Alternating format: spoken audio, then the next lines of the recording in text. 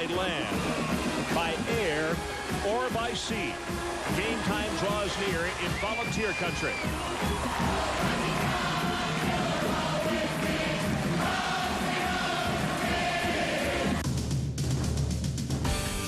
T. Martin has stared down every challenge in his career, each time refusing to blink.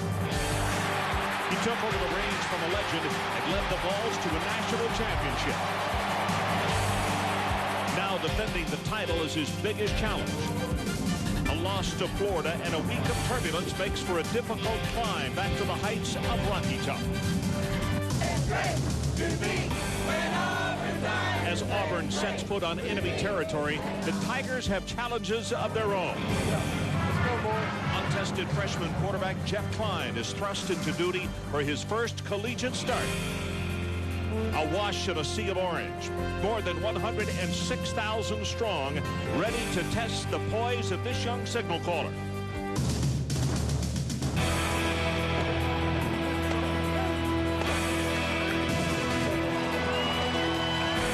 Tonight, it's the Auburn Tigers taking on the 8th-ranked Tennessee Volunteers from Knoxville. Hi, everybody. Ron Franklin, welcome once again to ESPN Primetime College Football, and glad to be coming to you from Rocky Top tonight. And this place is rocking because Tennessee is back in the chase in the SEC East with the loss by Florida today. You know, 2 weeks ago tonight, the 14-game winning streak came to an end as they lost to Florida down in the swamp. After that ball game, some of the Tennessee players were critical in the local newspaper of play calling by the offensive coordinator. 1 week later, they take on Memphis. They have to come from behind to win in the final minute by 1 point. A few hours after that ball game, a team captain is arrested here in Knoxville. He's been suspended for tonight's ball game. One distraction after another. And, of course, we all know about the academic fraud charges where 4 redshirt freshmen were suspended just before the game last week. Yesterday, they were made eligible again by the Southeastern Conference. There will be no NCAA investigation. But as I talked to Phil Fulmer yesterday, he said, Ron, it's been one thing after another, but I'm not so sure it hasn't brought us closer together, more bonding. But he made one point and made it very clear. He said, we have to do, as a coaching staff, a better job of coaching, and these kids have to do a better job of listening and taking our coaching. And to show you how fired up this head coach is, on Thursday afternoon, Phil Fulmer himself was physically on the field, running down the field, throwing downfield roadblocks, showing his team how he wants them to perform. The same way he did as an offensive lineman just a few years ago here in Knoxville. So it's Auburn against the Volunteers. Mike Gottfried and Adrian Karsten standing by. We'll be back with more from Rocky Top after this. Jam-packed again, gorgeous night in Knoxville, Tennessee. The Tigers and the Volunteers. And the man who has had a very difficult week, Phil Fulmer, the head coach of the Tennessee Volunteers. A lot of unexpected things coming his way, the winningest active coach in Division I. And Mike Gottfried, I was very interested in his comments yesterday afternoon that it's like a refocus is the way he put it. And that's both by his coaching staff and also by these Tennessee players. Ron, they lost their focus last week. They were still playing Florida ball game. Then they had the problems academically, and then they sleepwalked through the Memphis game. But they may have got their biggest wake-up call with Alabama beating Florida because this crowd's charged up, and I'm sure this football team's going to be charged up. But they got to find a way to run the ball. Last year they had great chemistry, and the running game helps T. Martin off the play-action pass. And you look at their rushing yards, only 397 rushing yards. And they've got to find a way to get the ball to Jamal Lewis and open it up. And, folks, you talk about a difficult situation. Mr. Klein, the starting quarterback tonight for Auburn, is a true freshman. This is an audible-oriented offense for Auburn. 107,000 people. I just don't envy this young fella, Mike Gottfried. I don't either. I'm glad I'm up in the booth. 16 pass attempts, and he's going to face a defense that's only given up 64 rushing yards. They're going to be after him all night. But they need good field position. Like the LSU game, their defense or their special teams have to give them the ball in the plus 45 area so that they can get the ball, have a short field in the attack zone, mix their play calling up, and that's the chance that Auburn has tonight to stay in this football game. Field position game. Tommy Tuberville, first season as the new head coach at Auburn University. Volunteers won the toss. They have deferred. Auburn receives. And David Liverton will kick it off for the Tennessee Volunteers. Markeith Cooper and Kadarius Robinson are the dual deep men for the Tigers.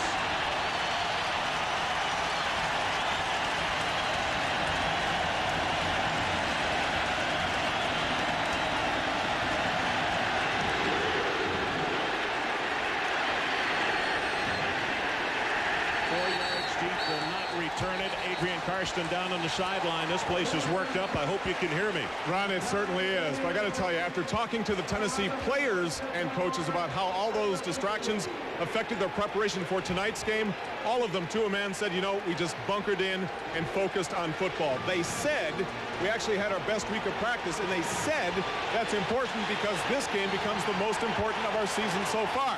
But Phil Fulmer said talk is cheap. Ron, this is the proving ground. We're about to find out if Tennessee has put all those distractions behind them. Well, the noise is deafening. The first play for Jeff Klein.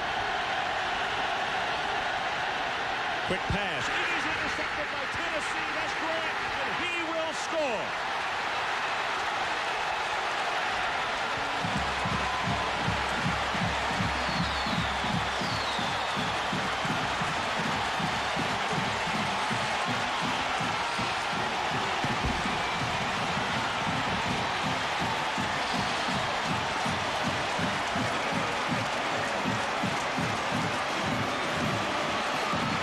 The danger zone. When you get the ball inside the 20-yard line with a patched-up offensive line, rookie quarterback, I believe every time they get the ball inside the 20-yard line, Tennessee's got a chance to turn it into points, and they did right off the bat. Extra point attempt right down the heart. Alex Walls put the balls up by a score of 7-0. And watch Deion Grant, Mike. Yeah, Ron, they read the 4-receiver set. They read Jeff Klein. They were really tight on the wide receivers. Jeff Klein, the defensive man, got his hands in it, and you see how they overplayed it. Deion Grant just read the play, knew, almost like he was in the huddle and knew the play was coming. I want to ask you a question, Mike. We were doing LSU at Auburn, Ben Leard's very first ball game, and he did exactly the same thing as just occurred to Jeff Klein. Yeah, you're right, Ron, and that's not going to help the stomach of Jeff Klein or Noel Mazzoni, the offensive coordinator, or Tommy Tuberville, because this defense is just going to stay after him this whole game. Wow. 14 seconds off the clock, and not that the Volunteers needed any help. But I mean, this home house is really, really noisy tonight, and they're up by 7. Alabama didn't do Auburn any favors by beating Florida, because this crowd, when they gave that score, they're just into this football game. They want blood. Well, the cheer was as loud as it was at the same time this touchdown was scored just a moment ago. You're exactly right. Cooper and Robinson again, the two deep men. And the chant goes up, go Big Orange.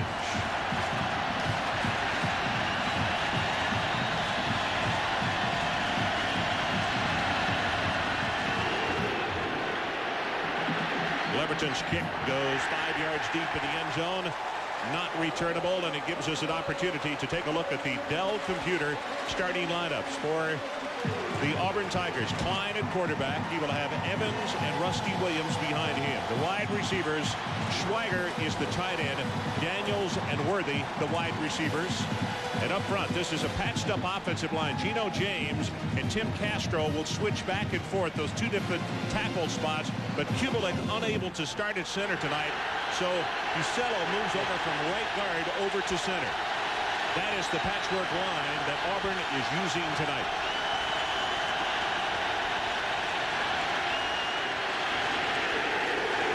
Nothing on the running play as Billy Ratliff collides with Rusty Williams. And here are the starters on defense. This is a very good down four, a veteran group.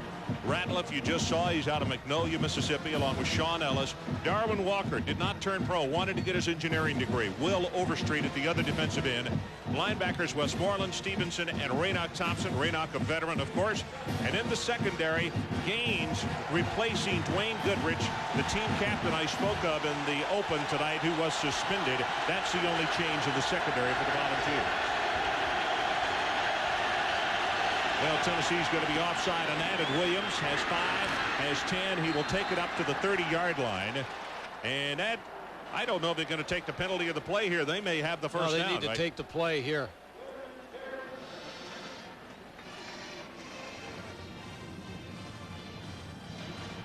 You could see the blitz coming from the outside, and it was not timed properly. Roger Redding, the referee in tonight's ball game. Billy Ratliff is shaken up but is holding his left shin.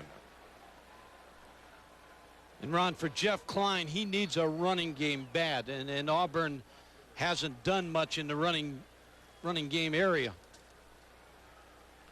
Now Ratliff, a veteran performer, looked as against the defense. That penalty is declined. Third down.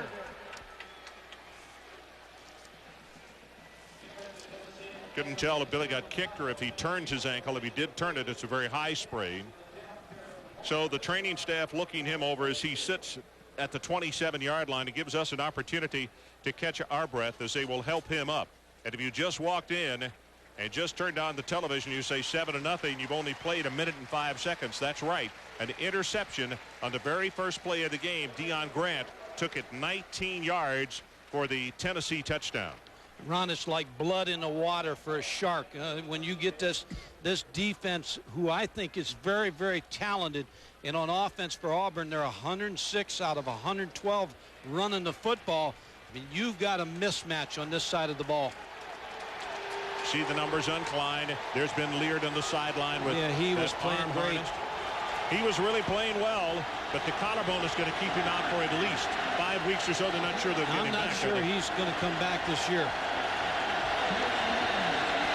Clifton Robinson into the backfield along with Rusty Williams for the Auburn Tigers.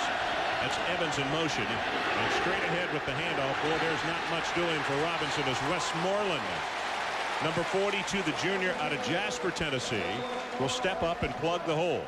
And that's what I keep repeating it. Auburn's got to find a way to run the football. They pick up the first down. They go to a double wing set on one side. A little different formation that Tennessee hasn't seen. Averaging 83 yards a game. Here's the formation right here. 2 wings to the side over here where they're trying to outflank the Tennessee defense. So it is a first down. They do not have to bring the chains in. He made the 30-yard line. The initial first down of the night for the Auburn Tigers. Again, Robinson and Williams.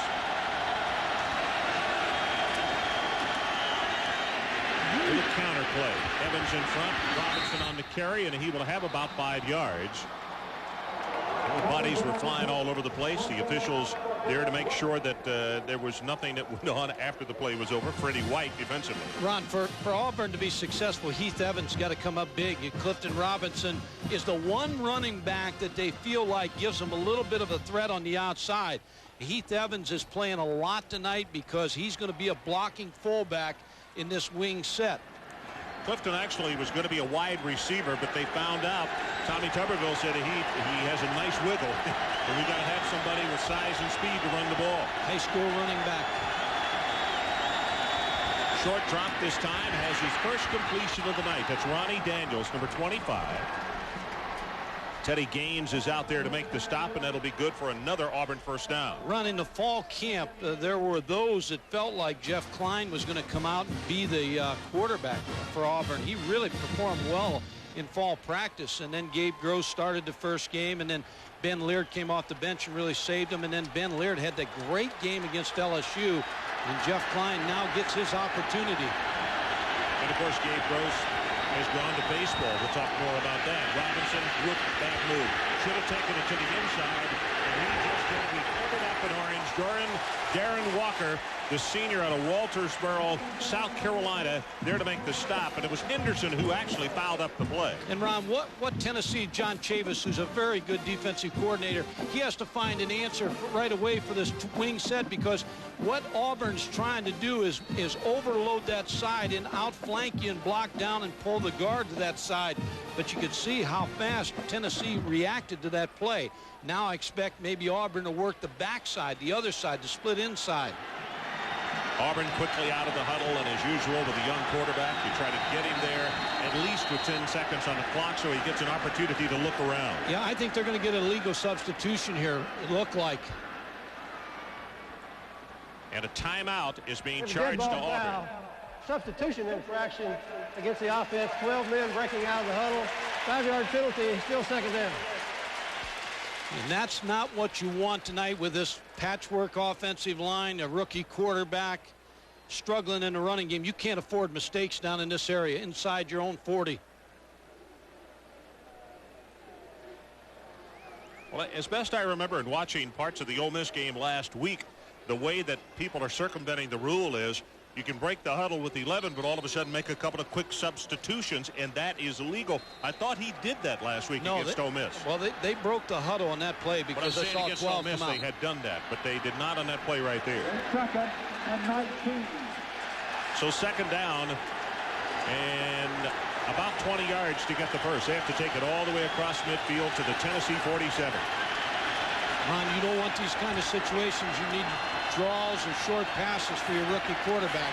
Quick pass, got it in the flat. That's Worthy. And he'll be stopped as he crosses the 40-yard line. Now third down and long.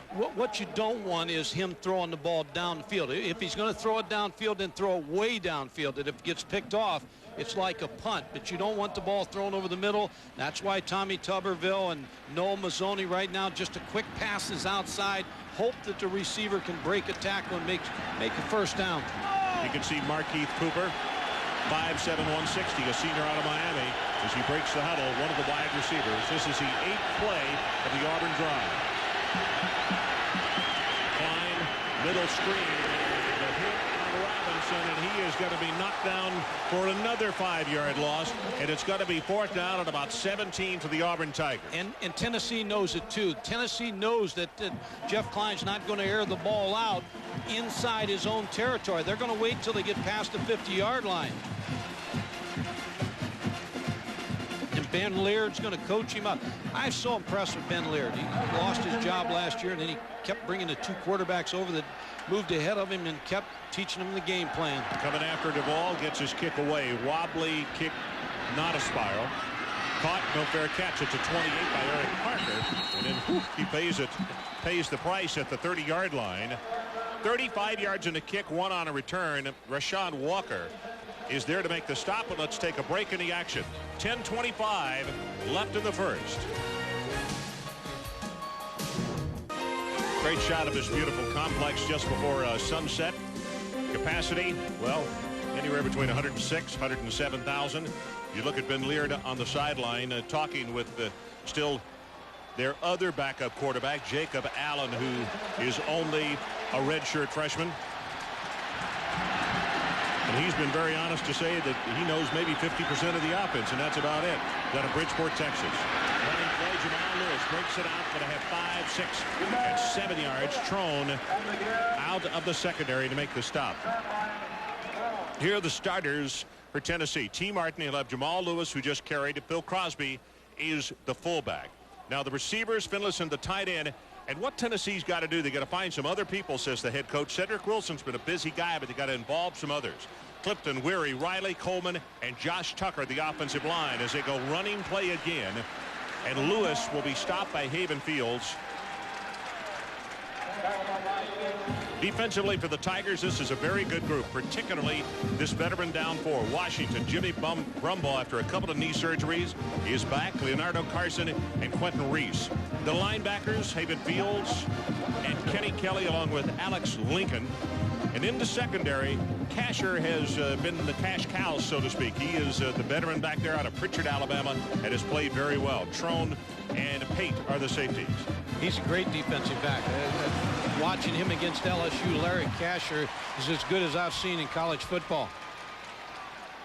Well, this defense, if Auburn's going to be in this football game tonight, they've got to carry a bunch of the load. You're right. That and the special teams. They've got to get turnovers for Klein. You see the 6 men at the line of scrimmage. They come with the pressure. That's Fields from the outside. Pass completed to Martin. And Martin is loose down the sideline all the way to the 40-yard line.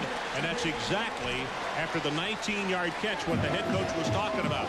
He said, we're too one-dimensional. Cedric Wilson can't make every reception.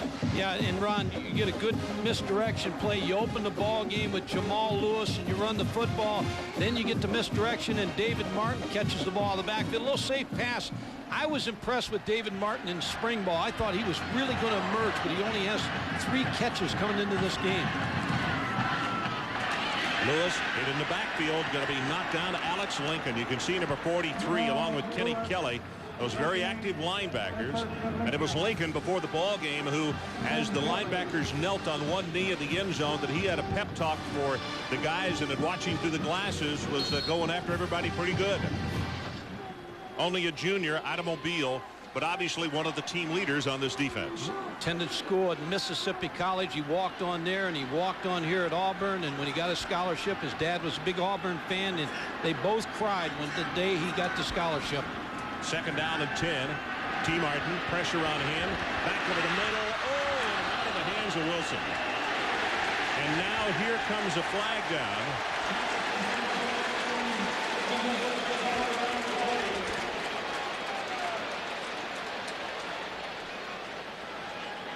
Ron, I didn't get a great look at this, but I don't think this is a penalty on Larry Casher.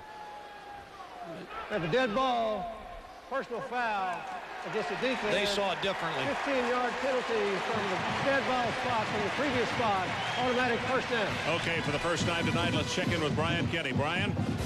Hi, Ron. Texas A&M and Texas Tech, and Texas A&M off the impressive win over Southern Mississippi last week, bringing the heat. Brandon Jennings with the block. Jay Brooks picks it up, brings it in. Touchdown Aggies 10-0. But Tech coming back. Rob Peters to D. Jackson, 16 yards on the touchdown. 10-7 right now. A&M on top. Ron? Brian, don't count them out. Texas Tech has always given A&M what for up there on the South Plain. Every time they play in 11. First and 10 following that 15-yard penalty. Here's backside pressure, and they throw the screen. This is Lewis behind the blocker at the 10, at the 5, and he'll take it to the 2. 23 yards. Quentin Reese finally put a stop on it. Well, I'm sure the fans here tonight are seeing a different offensive team than they saw against Memphis last week, because everything's designed here to spread the Auburn defense out. T. Martin sends Jamal Lewis in motion, little three-step drop, got the corner blitz, perfect call, gets a lineman out in front of him. Quentin Reese finally makes the tackle. First and goal for the Volunteers. They already lead 7-0, trying to open the floodgates here at home against Auburn. And as you could see, Jamal either slipped down or turned an ankle or something as he headed to the line of scrimmage. Well, this is where Auburn's defense is good. You talked about the front four: Washington, Brumbaugh, Carson, and Reese. They've got a defense now that can play the run. Clock running, 7 minutes and 55 seconds left to play in this opening quarter. Tennessee 7, Auburn nothing. That was a loss of about 1.5 yards on the play. So it'll be second and goal as the ball near the left hash mark at about the 3.5-yard line.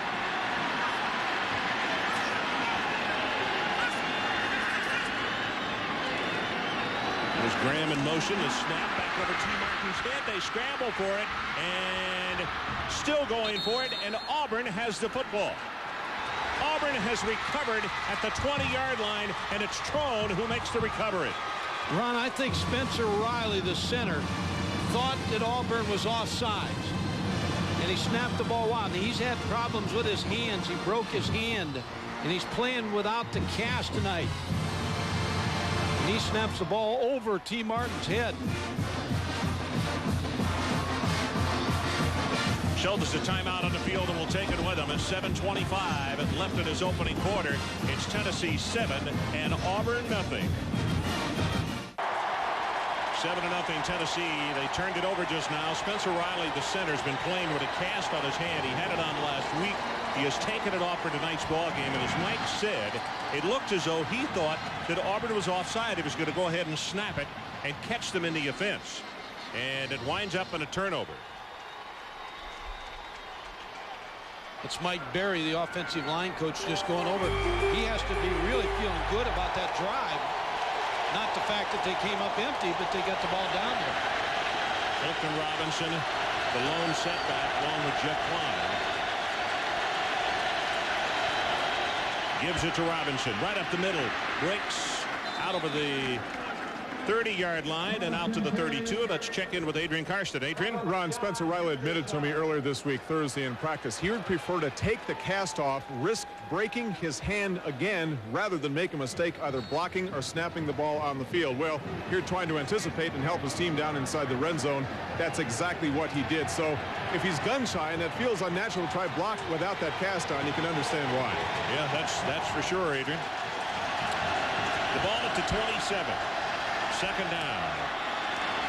And this running play might go for about a yard.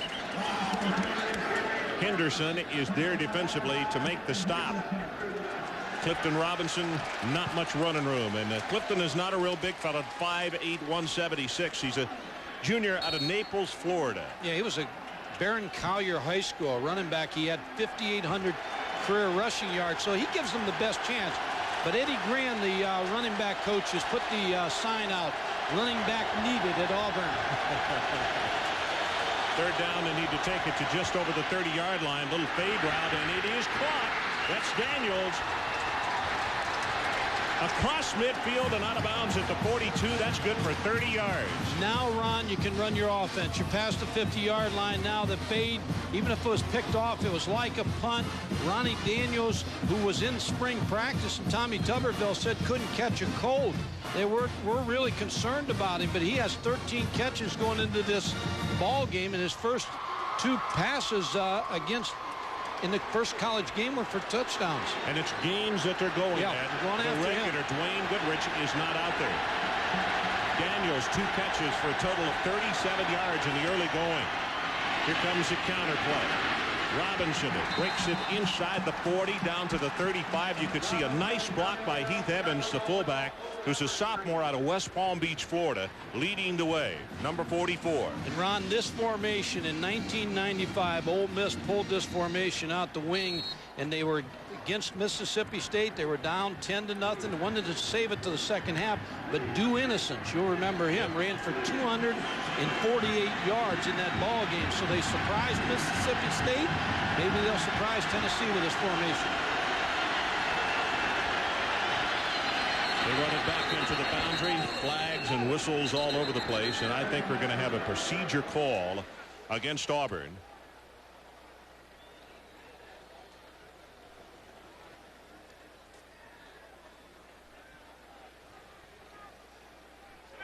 There's a dead ball foul.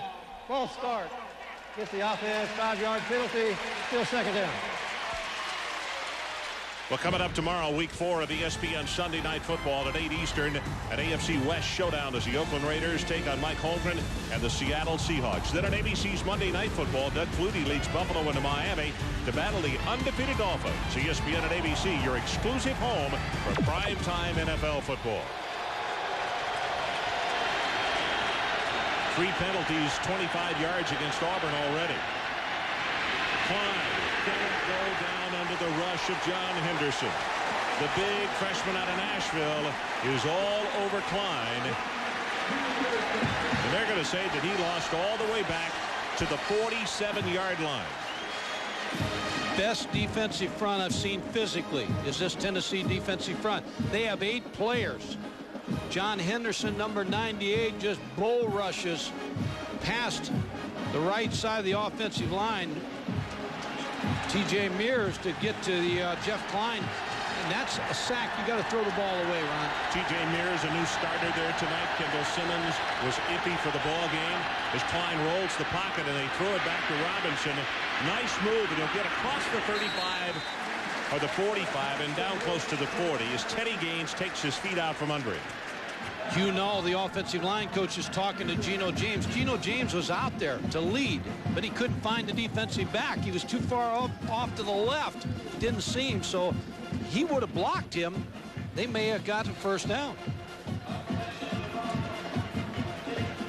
This is what you want, to pin Tennessee down, make him go 80 yards.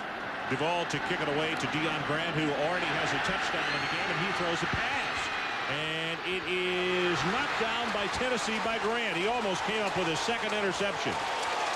Ron, I was talking to Tommy Tuberville today. He said, you know what? It's open. First chance we get past the 50-yard line, we're going to go for this punt because Tennessee falls asleep. They did that. He waited too long to throw the ball. Safety came over the top. It was a horrible pass. 3:43 left in the opening quarter. Tennessee has the ball back. We'll be back with more from Rocky Top right after this.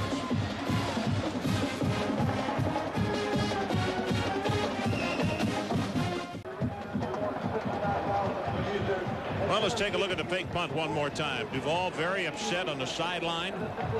Ron, exactly what they saw in the films was Travaris Robinson, the split guy, that the corner would kind of stop. Now the ball has to be thrown at that angle. You can't loft it up because the safety, Deion Grant, comes and knocks it away. They had what they wanted.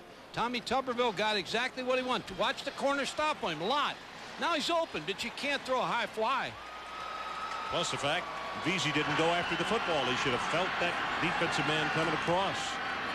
This is Lewis putting the head down, and he's going to have 5, maybe 6 tough yards. Marcus Washington is there to make the stop. And I think Duval is headed for the locker room. We saw him on the sideline, Mike. He yanked his shirt tail out.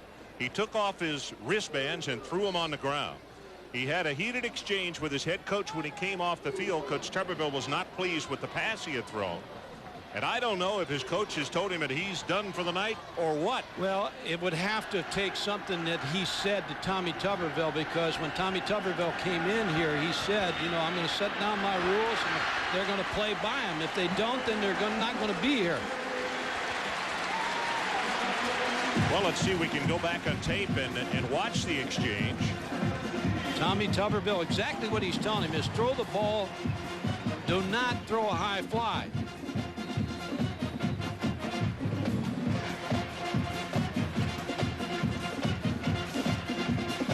Well, I think. Yeah, you wouldn't send anybody in the locker room based on that. He had to say something. Well, I think that's when it happened. When he made the peace sign there, I think he's in trouble. T. Martin, short drop, zings it out of the flat, has it complete. That's Parker, and Eric Parker is going to have the Tennessee first down plus about 10 more yards. And let's check in again with Brian Kenny. Ron, as you were saying just moments ago, Texas A&M and Texas Tech. At Texas Tech coming back yet again. Sammy Morris this time busting through 29 yards. It'll set up a 2-yard plunge. Tech has won 3 of the last 4 in these meetings, including the last 2 in Lubbock. By the way, baseball playoffs, the National League playoffs, 3 teams, 2 spots. It'll go down to the final day. You can see all these 3 games on ESPN2 tomorrow. Now this running play is going to go for a couple of yards, and that's it. The reason I mentioned, Brian, what has happened between Texas Tech and Texas A&M, people would be astounded at the record by A&M taking good teams up to Lubbock and how many times they've come away either with a real threat or they have lost in an upset. Well, Spike Dykes talked to me. I was at the high school coaches clinic in Texas, and he was telling me about Sammy Morris. He said he's the real deal as a running back. He lost Ricky Williams. Sammy Morris has to step it up. Well, speaking of good running backs, Jamal Lewis with his shoulder pads off, and we'll get a report on him as Martin throws this one away. And that ball actually hit a cheerleader in the back of the head, and she went down. Well, we have had strange stuff all over the field tonight. Bless her heart, she was over there cheering and had no idea what was happening, and that was a bullet that caught her right in the back of the head, or in the back. And she went down immediately. Got him injured all over the place. Jamal being checked over. It looks like, what, the left shoulder that the doctor is maneuvering right now.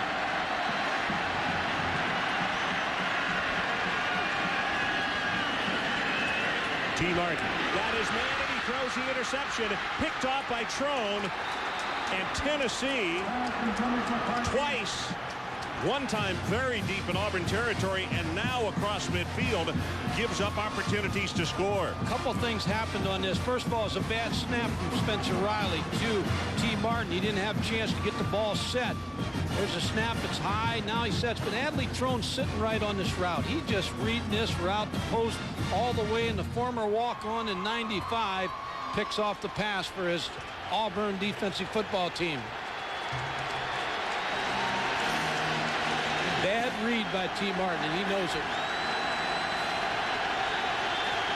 They're struggling on offense.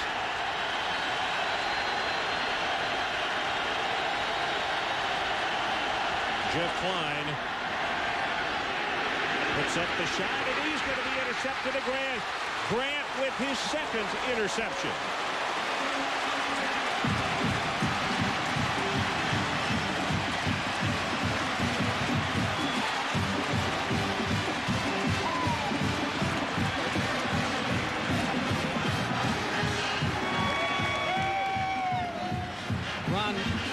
Grant came in tied for the SEC lead in interceptions. He plays the center field position. He now has 5, so I'm sure he's going to the lead.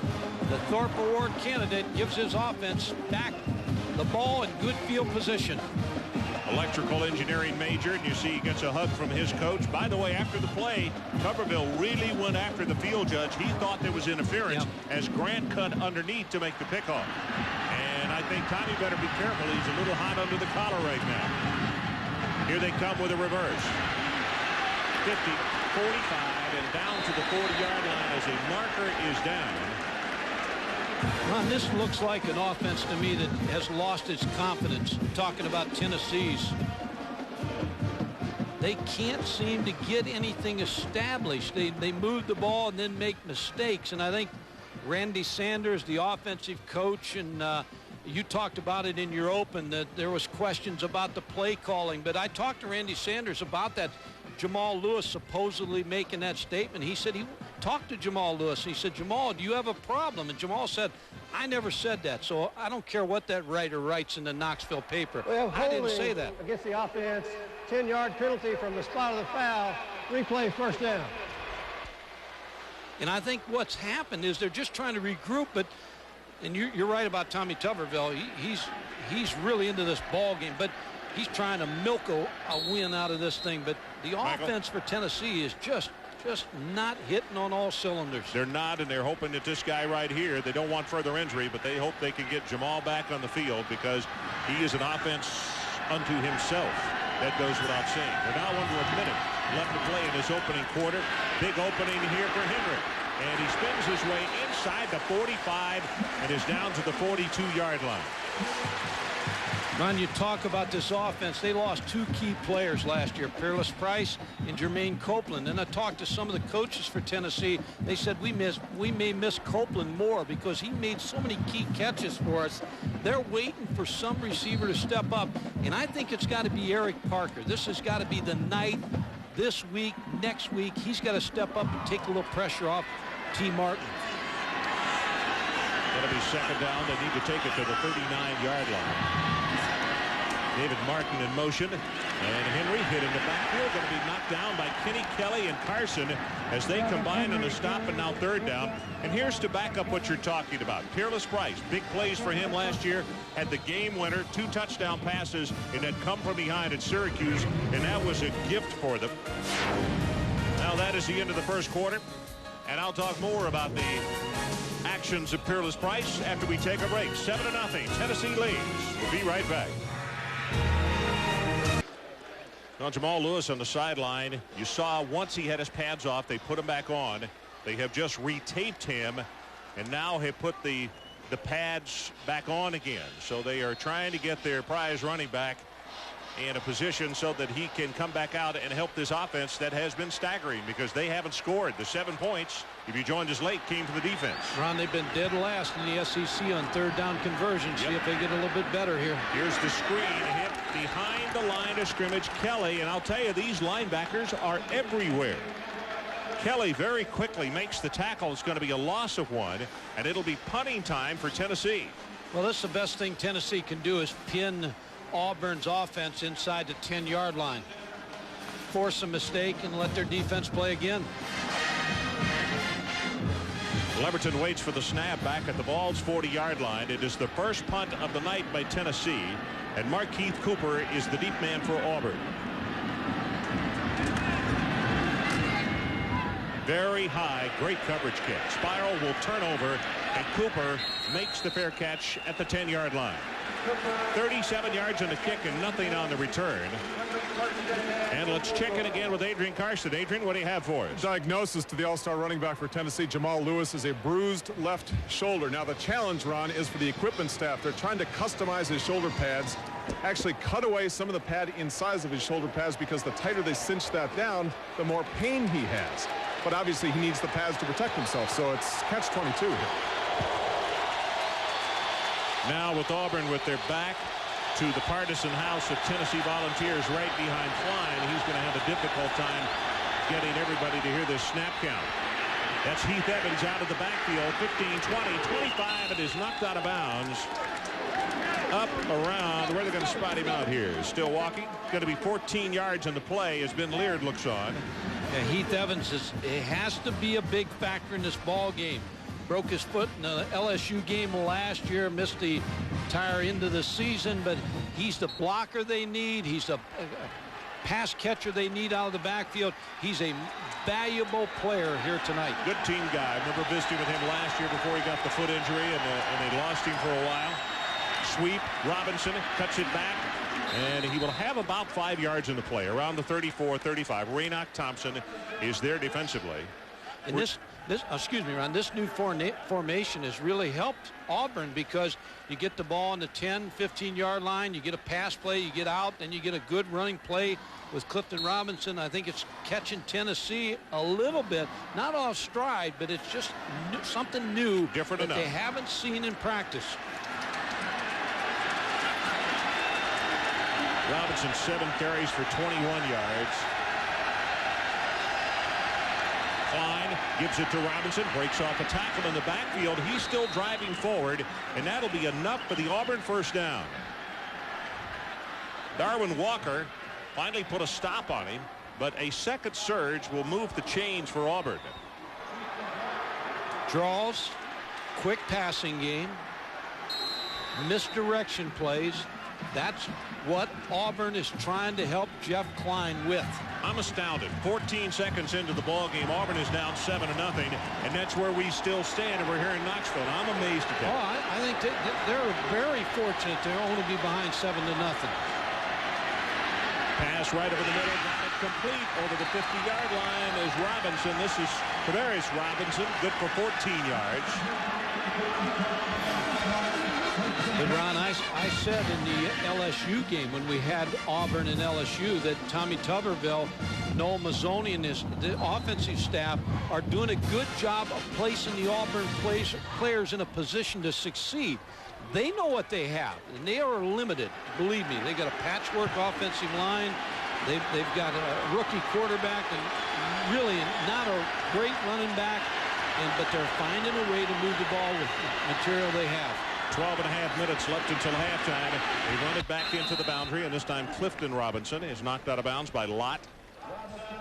A good pursuit by Tennessee's defense, showing the speed. Again, they're trying to react to this two-wing formation.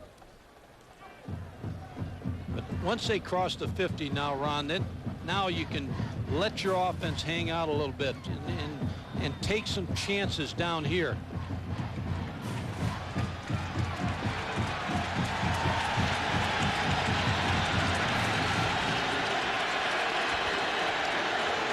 Second down at 8. Priscilla operating at center. Normally the starter at right guard. Clifton Robinson tries to turn the corner, and he's close to the first down as Deion Grant will make the tackle. And as you can see by the foot of the official, just over a yard is what they'll have. Ron, what happens is when you show the two wings to one side, then everything has to turn that way defensively. Now all of a sudden you've got everything trying to gear it to the two wings. Now what does Auburn do? They come back away from the wing. There's no run support there. It's the safety that has to come up, but not until you gain 7 yards. Third down and just over a yard to move the chains again. And he'll take it right at the middle defensively. Hit in the backfield and knocked down for a loss is Hainsworth, the big freshman. Ron, he's an excellent freshman now. 6'6", 300 pounds, a high school All-American, a top recruit. he has made his presence known here in Knoxville, but that's the thing now, that who's Auburn coming can't out do. to punt? This is what I'm interested in, because we had been told that Duvall went to the locker room for equipment repairs, but I'm not sure that's it. Kick has gotten away. And going to roll into the end zone just barely.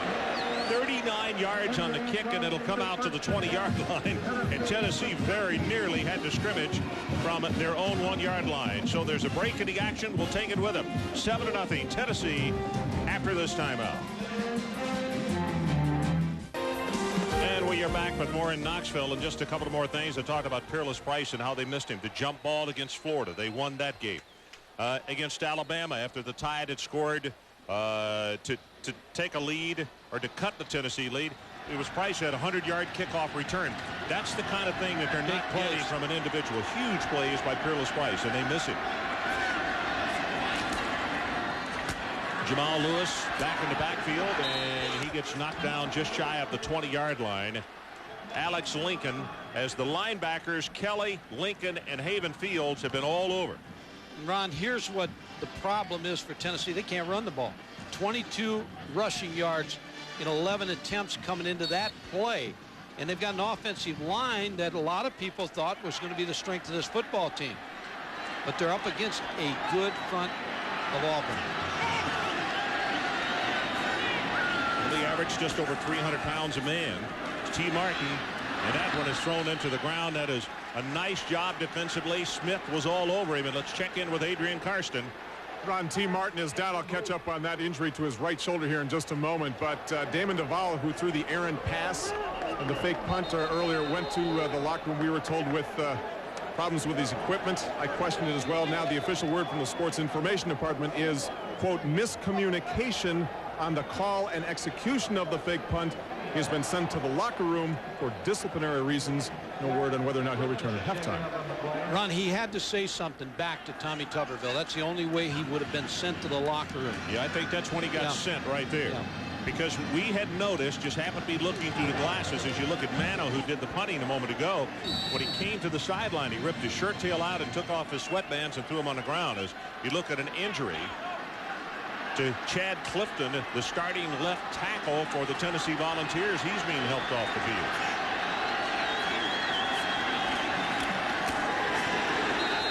Nothing. Philip Crosby hit at the line of scrimmage, and with every play, Auburn is gaining confidence, and you hear boos here in Knoxville. Yeah, they're booing the offense, but they're allowing Auburn to get a little life here. Except for the interception that started this ball game, Auburn's played this football game even with an undermanned squad. Philip Fulmer trying to settle down T. Martin. Well, you see this number, 9 of 13 possessions last week against Memphis, 3 plays and out. 41-yard line, Markeith Cooper, and he will advance it about another 5 yards before he is forced out of bounds. 39 yards on a kick and 4 on the return, and there is a marker down back at the 30-yard line of Auburn.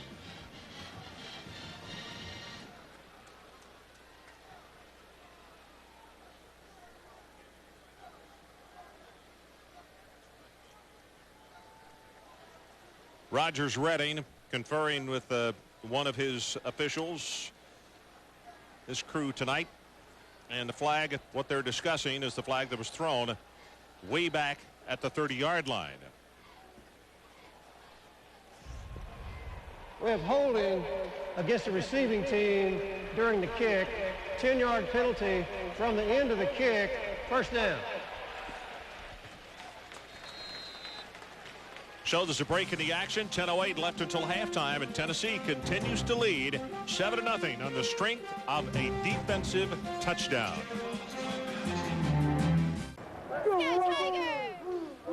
Ron, back here in Knoxville, Auburn has to think field position. They got to think of different sections of the field because they got a rookie quarterback, patched up offensive line, and really no running back.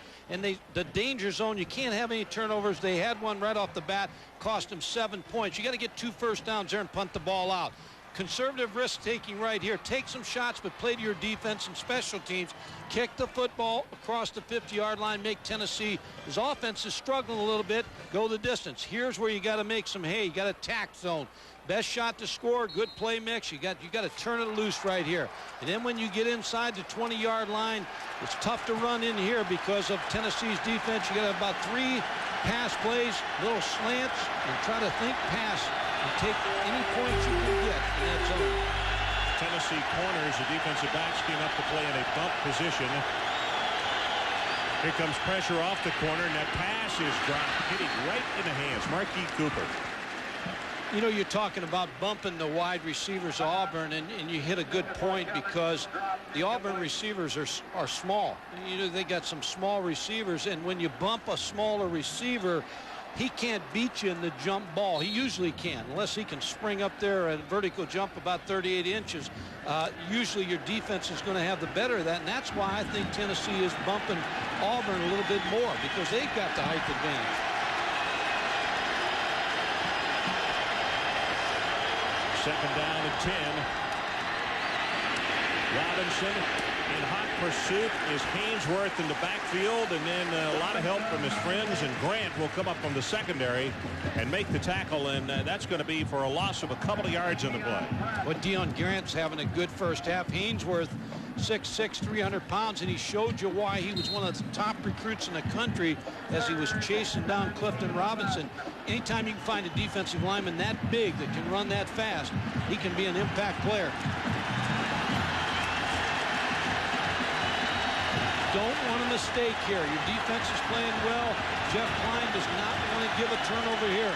2 of 5 on third down conversions. They need to take it to the 41. Backside pressure. Billy Ratliff got him. Or was it Overstreet? Overstreet, number 90, and it's the second sack for the Tennessee Volunteers tonight. And they just help their own cause because they'll get the ball 10 yards closer. Yeah, now. but Ron, I like what Jeff Klein did. He didn't put it up for grabs. Let me ask you something. Mano is now the punter. He's new. If you're Tennessee, do you go after him, or do you think they've recognized what has happened? You go after him right now. Well, a wobbly kick. And this one is going to be returned from the 42. That's Parker. Parker breaks the first wave over midfield and down at the 45. 37 on the kick and 13 on the return. Let's check in again with Adrian Carson. Adrian. Ron T. Martin, a quarterback for Tennessee, is going to try and play the rest of this game with a sprained right shoulder. If that sounds familiar, it is an aggravation of the shoulder he sprained 2 weeks ago. Coach Fulmer came over, as did Jamal Lewis. They didn't talk the T back into anything. And of course, the doctors didn't try and hold him out, but it's a sprain, a mild sprain, I'm told, of his right shoulder, and is going to try and continue, but it may affect the way he throws the ball. By the way, Reggie Coleman is in at left tackle, replacing Chad Clifton. So both teams having to make alterations as this game has gone on. Play action, puts it on his hip, going to go long, and he's aims this one, and it is intercepted by Creighton. Oh, couldn't hold on. Boy, that was a great effort by Rodney Creighton. Are they going to say interception, Mike? One official said late call. He wiped it off. Boy, Rodney Creighton, you talk around about playing this ball just right. And Adrian's talking about his sore shoulder. I don't know if he got enough on this football. Good fake. And he's trying to get the ball to Cedric Wilson. They like going to Cedric Wilson, and Rodney Creighton played it perfectly. I tell you, this is the same team that won a national championship. Fans are booing here kind of quick. Second down and 10. You can see the clock shows 8:22 left until halftime, and Tennessee still without a first half touchdown, and it's Reggie Coleman, the new left tackle, who just rocked out of his stance. And Ron, the reason Tennessee's having problems on offense. Dead ball foul, false start against the offense, movement in the offensive line prior to the snap, 5-yard penalty, still second down.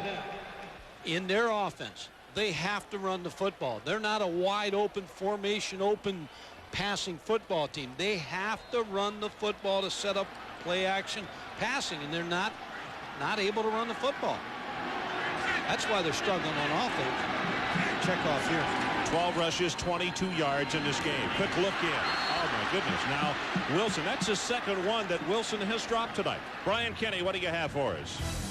More on Texas Tech and A&M. Spike Dykes lost to North Texas, but here against mighty A&M, Rob Peters to Darrell Jones, touchdown 21-10. Texas Tech up at the half. Meantime, San Jose State over Stanford 44-39. Second straight year the Spartans have beaten Stanford. 3-2 overall, 3-0 in the Pac-10. The mass rider. The whack. The whack is whack made everybody attack. wacky, yes. Yeah. And the mass rider up at Lubbock is doing a lot of riding tonight. 21-10 over the Aggies. Bad snap again. Looking long. Got his man at the 25. Pause. Wilson will take it to the 20-yard line. 30 yards in the play. Brumbaugh, one of the men downfield, to finally help out on the stop. When in trouble, T. Martin's going to look for Cedric Wilson. He's his leading receiver, beats a two-deep coverage, and a dart thrown by T. Martin. See Kelly trying to wrestle him to the ground. Casher was a man who just went out, planed on the ball, and couldn't get to it. So they scrimmage from the 20 with a first down. A little check off. Martin thrown high out in the flat. Eric Parker is the guy that he wanted. Parker and Stallworth both are two guys that they would like to get very much into this Tennessee offense. Ron, there's the graphic. Cedric Wilson with 23 receptions. The rest of the team has 22. Next receiver has 7. So you're looking for Cedric Wilson. A lot of T. Martin. We talked to Randy Sanders about that. He said he just got a good feel for Cedric Wilson. He wants to find him. Well, they were out about 2 hours before the ball game in shorts, throwing the ball to each other. He has one catch tonight, as we mentioned. He also has a couple of drops. Here's the running play. Jamal will bounce off the first tackler, still fighting his way inside the 15 to the 14. Troon out of the secondary, coming up to make the stop for the Auburn Tigers. This is a good defense, though. This Auburn defense will play anybody in the country, and then they just have to wait till their offense grows up a little bit. But this is a sound defense. Well, if you have just joined us, just to recap, on the very first play of the ball game, an intercepted pass on the part of Deion Grant, and he took it in for a touchdown. 7-0 Tennessee. They had the ball first and goal at the 2-yard line. 2 scrimmages or 2 offensive series later and turned the ball over. So we're still at 7-0. Martin zings it out, complete at the 10-yard line, and that may be enough for the first down as Graham made the reception. I think he's short, Ron, unless he gets a generous spot here. Is it a left footer or a right footer spot? I think he got a good spot.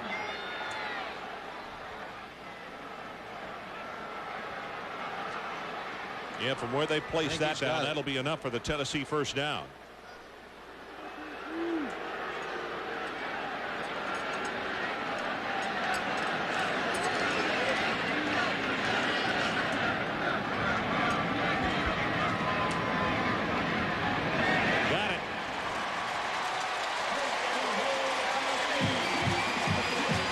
Coming up on Thursday on ESPN for the Big East, electrifying wide receiver Quentin Spotwood leads 19th ranked Syracuse against the Pittsburgh Panthers.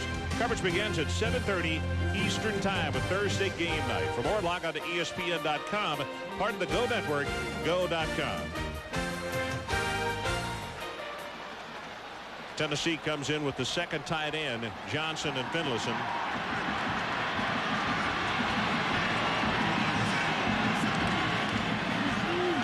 Pitch goes to Lewis, back into the boundary, on his feet at the 5, and then got knocked out of bounds.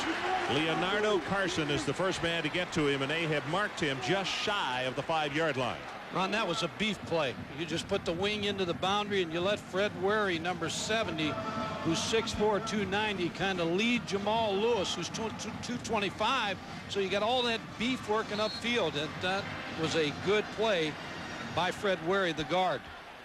Fred, a sophomore out of Montgomery, Alabama. We mentioned Chad Clifton injured a couple of series ago, and Reggie Coleman, number 71, a sophomore out of Jonesboro, Arkansas, replacing him at left tackle. Right up the gut this time, and there is nothing for Jamal Lewis. It's going to be third down.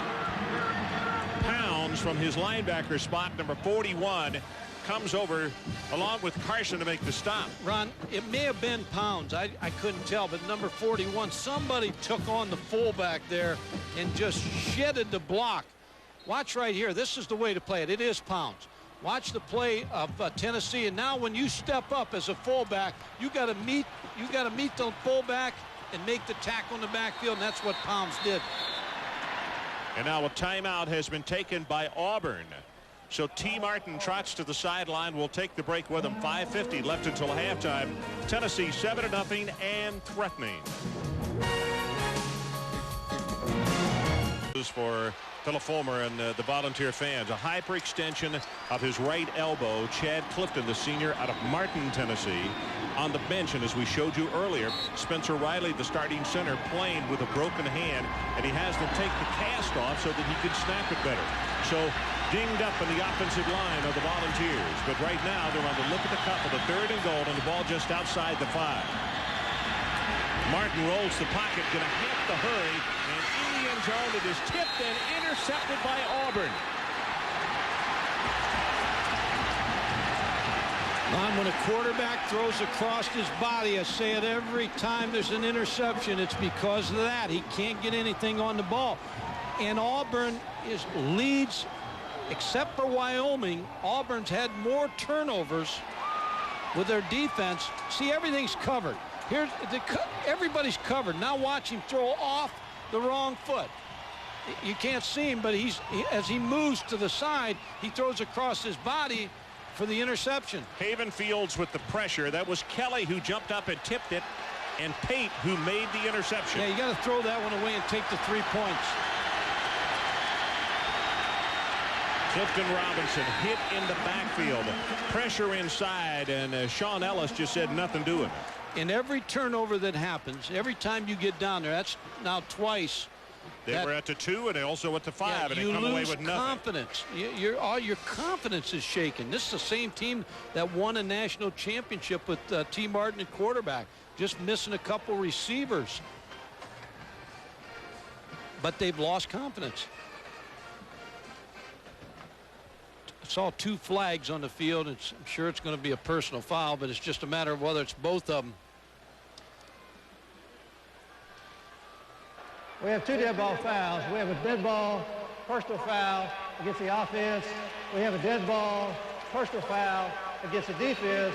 By rule, the penalties offset 2nd down. This Auburn defense is doing exactly what they need to do, Ron. Turnovers a game since '96, almost 3. Tonight they've got 3. They lead the NCAA, but they're keeping this team around with a chance to win this football game. You know what, Mike? Tennessee has not scored an offensive touchdown in the last 5 quarters against Auburn. They'll be glad to see a lot of those guys graduate. 2nd and 10. And he threw that one away, and Clifton Robinson probably is thanking him. Let's check in with Brian Kenny. Brian? Ron, for those that missed it, the stunner of the day, 30 straight at the Swamp for Florida, but Sean Alexander, 200 yards total, 106 rushing, going in here in overtime. Alabama missed the point after, but a Florida penalty. Alabama got a second chance and won it 40-39. Ron? Boy, I'll tell you what, that makes tonight bigger. It makes next Saturday night bigger because Georgia, undefeated in conference play, they come to town next week. We'll have that one for you. Kenny Smith, the young guy from Alabama, predicted they'd win. Flag is down. It's going to be offsides against the Volunteers, and Klein is going to run this one, and Overstreet will force him out. The only question is, did the center move the ball, because it looked like a herky-jerky action rather than pull him off. Darwin Walker's the one that jumped, but did the center move the ball? No, the center did not move the ball. Watch the center. No. Nope. Darwin Walker tried to get a little jump. About the 2nd quarter, you start to try to time the count out a little bit. Now you've heard the quarterback call the cadence. Now you try to time it out. Mike Berry trying to stay with that offensive line to give him some confidence. And, of course, the man he's talking to is Reggie Coleman, who's only a sophomore, who's having to fill in for Chad Clifton. As we showed you just now, has the hyperextension of his elbow. So some extra coaching from the offensive line coach to help him out. And he's staying positive. He's just trying to show him what the fronts are and what he's facing. Third down, they need the 30-yard line to get this first down, and he got it. Out at the 32 is Reggie Worthy. Nice job by Jeff Klein, because he had a couple different possibilities there. He had the back coming out of the backfield, Markeith Cooper. So he was going to throw the ball to Markeith Cooper if anybody jumped on that route. There's Cooper right here, draws the two defenders, and then he throws the ball Worthy up at the top for the completion. Here nice come read. The two late substitutions, what he did last week. If you break the huddle with 11, this is legal. They come with the running play back into the short side of the field, and he's open. 40 at the 50. Robinson finally pushed out of bounds by Deion Grant at the 40-yard line. 28 yards, and Heath Evans had just come in. He was one of the blockers in front that paved the way for the big running play. Ron, this is the formation. This is the wing formation. What you get is you get a block down, now a kick out, and that's going to open it up. That's Tim Castro kicking out. And then you bust it open with Clifton Robinson. So again, now you're in an area of the field where you have a chance to throw the ball downfield. Auburn out rushing the balls 52-32. Robinson 14 carries, 59 yards now. Quick throw, gets this one to Worthy. And he's still fighting, now going to be pushed back at around the 33-yard line. Dominique Stevenson is there. I admire the game plan. I really do. They're giving them a lot of new wrinkles. They're trying to keep John Chavis, a fine defensive coordinator for Tennessee, off balance a little bit. This is playing checkers when you don't have a lot of kings. You know, you're working against the board. Noel Mazzoni is really working to try to get this team in the end zone. And his defense has kept them alive. This is a well-coached football team. Second down and 2.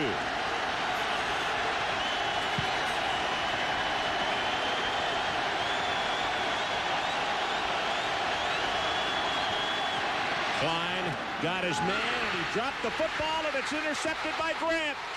He could have his second touchdown of the night, and he will run out of bounds. They say he stepped out back at the 48-yard line. Ron, I don't know who made that block. It may have been Bernard Jackson, number 56, or Darwin Walker, number 58. You talk about a wake-up block. Jeff Klein has this receiver open. He threw the ball right where he needed it to Ronnie Daniels. There's the block right here. Number 56, Bernard Jackson.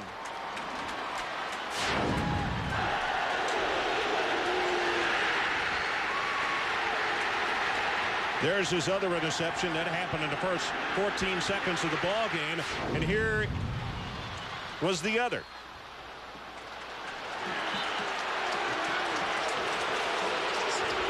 And it ties his school record for 3 interceptions in a ball game. Yeah, he's gone farther up in that SEC lead. But there ought to be something about interceptions where it's not the quarterback's fault. That was not the quarterback's fault. That ball was deflected up in the air. Should have been caught.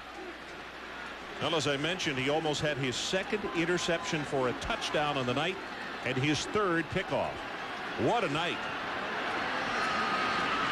Grant has had some huge plays, and we still got 32 minutes and 49 seconds left to play. T. Martin got it complete. Wilson. Larry Kasher on him. Ron, I think the way to play Tennessee is bunch it up and stop the run and then roll to Cedric Wilson, because that's the weapon that T. Martin has. Georgia Tech game the other night, Des White was able to get loose in the secondary. That's what's happening here. Cedric Wilson is the one receiver that T. Martin looks to. Georgia's going to come in here next week. Kevin Ramsey, the defensive coordinator, used to be an assistant here at Tennessee. He's going to know that if you've got a right-handed team always throwing the ball to one receiver, you know, there's a lot of things you can do. Somebody else needs to step up with the receiving corps.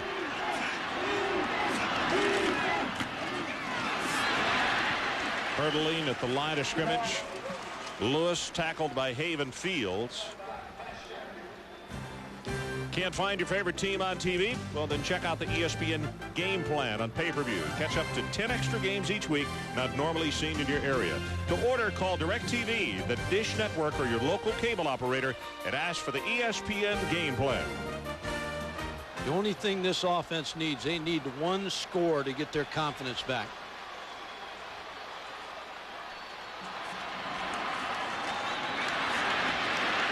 Martin running for his life. Haven Fields is going to have him behind the line of scrimmage for another loss.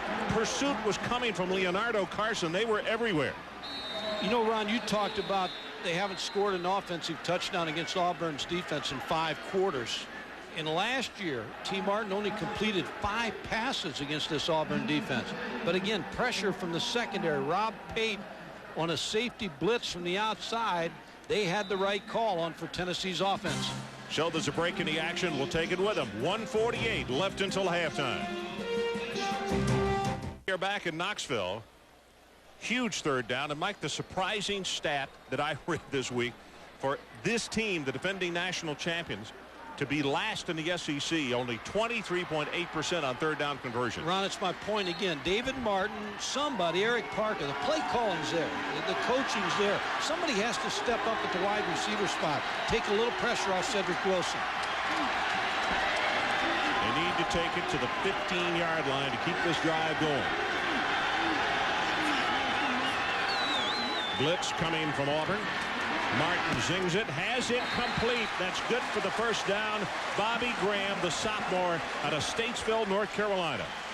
He made the catch against Memphis, and Philip Fulmer said it was his second career catch, and how important was that to beat Memphis. But a nice job by T. Martin there. Called the backup to block, maximum protection, and he found Bobby Graham with a nice dart on the outside. Threw it just exactly where he needed to against Rodney Creighton, the corner, outside.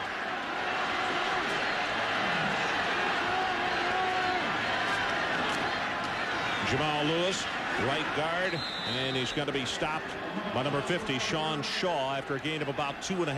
Here's where Auburn says you are not getting in. They have done this the entire first half, but what Tennessee has to do is come away with something here. At least 3. Now the Volunteers want a timeout to stop the clock at 1:08, and we'll take a commercial break with them. 7-0 Tennessee for the 4th time tonight, knocking on the door. We are back. The timeout called by Tennessee with 68 seconds left until halftime, and Mike Gottfried's point is well taken. They scored on an interception the first 14 seconds of the game. The offense was at the 2. They wound up turning it over. They were at the 5. They wound up turning it over. And right here, they have a second down, and they have to go to the 4-yard line to get the first down. And, Ron, they have 1 timeout left here to work with.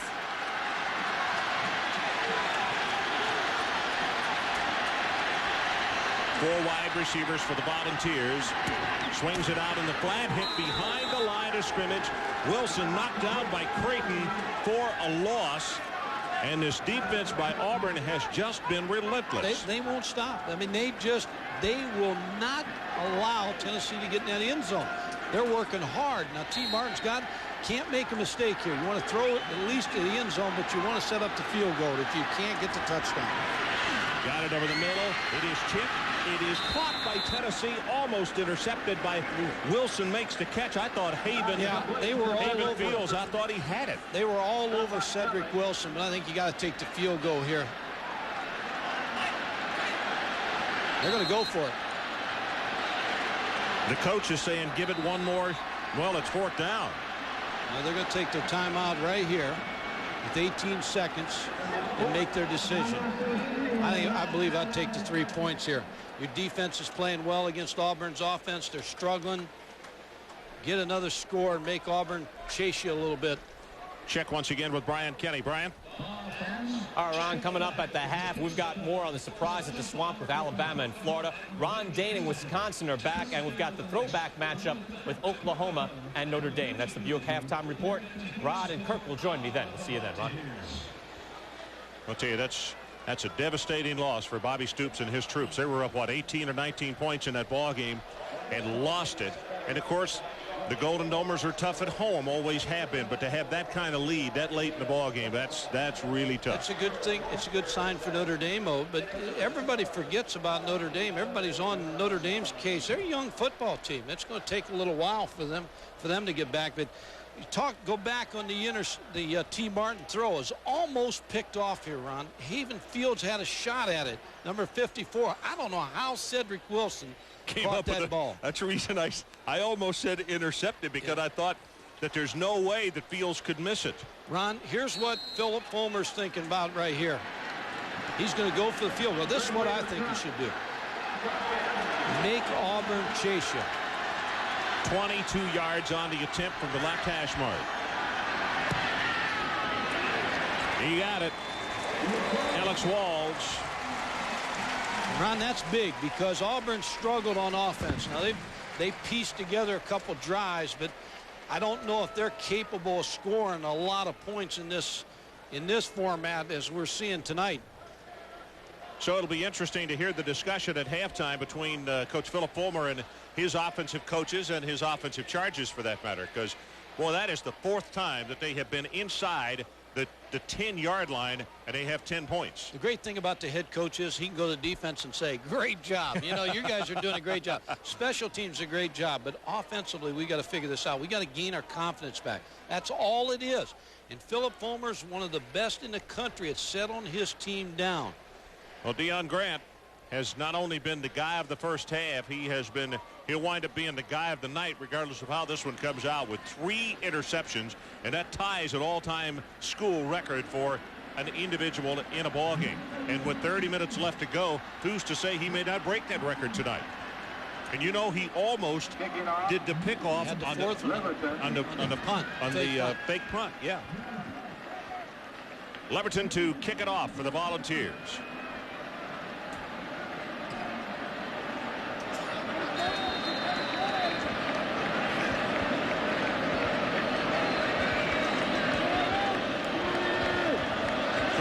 The 2 deep men for Auburn. Kicks it on the ground, and it looks like Markeith Cooper will pick it up at the 13. And he's going to fight his way to the 29. We have 5 seconds showing. And Miles on the special teams making the tackle. Our college football lineup next Saturday, college game day at 11 Eastern, then at 7 o'clock, 11th ranked Georgia takes on 8th ranked Tennessee. We will be right here in Knoxville. Over on the Deuce at 5 o'clock, Minnesota against Wisconsin. That's followed by Clemson at North Carolina State. And for more, log on to ESPN.com, part of the Go Network, go.com. Ron, I know you feel the same way I do. What a loss for college football, and Pat Watson's death last week of the Georgia staff, just devastating. Pat was a friend and was respected by so many people in the South and the Southeastern Conference. Was this pass thrown long over the middle or well overthrown?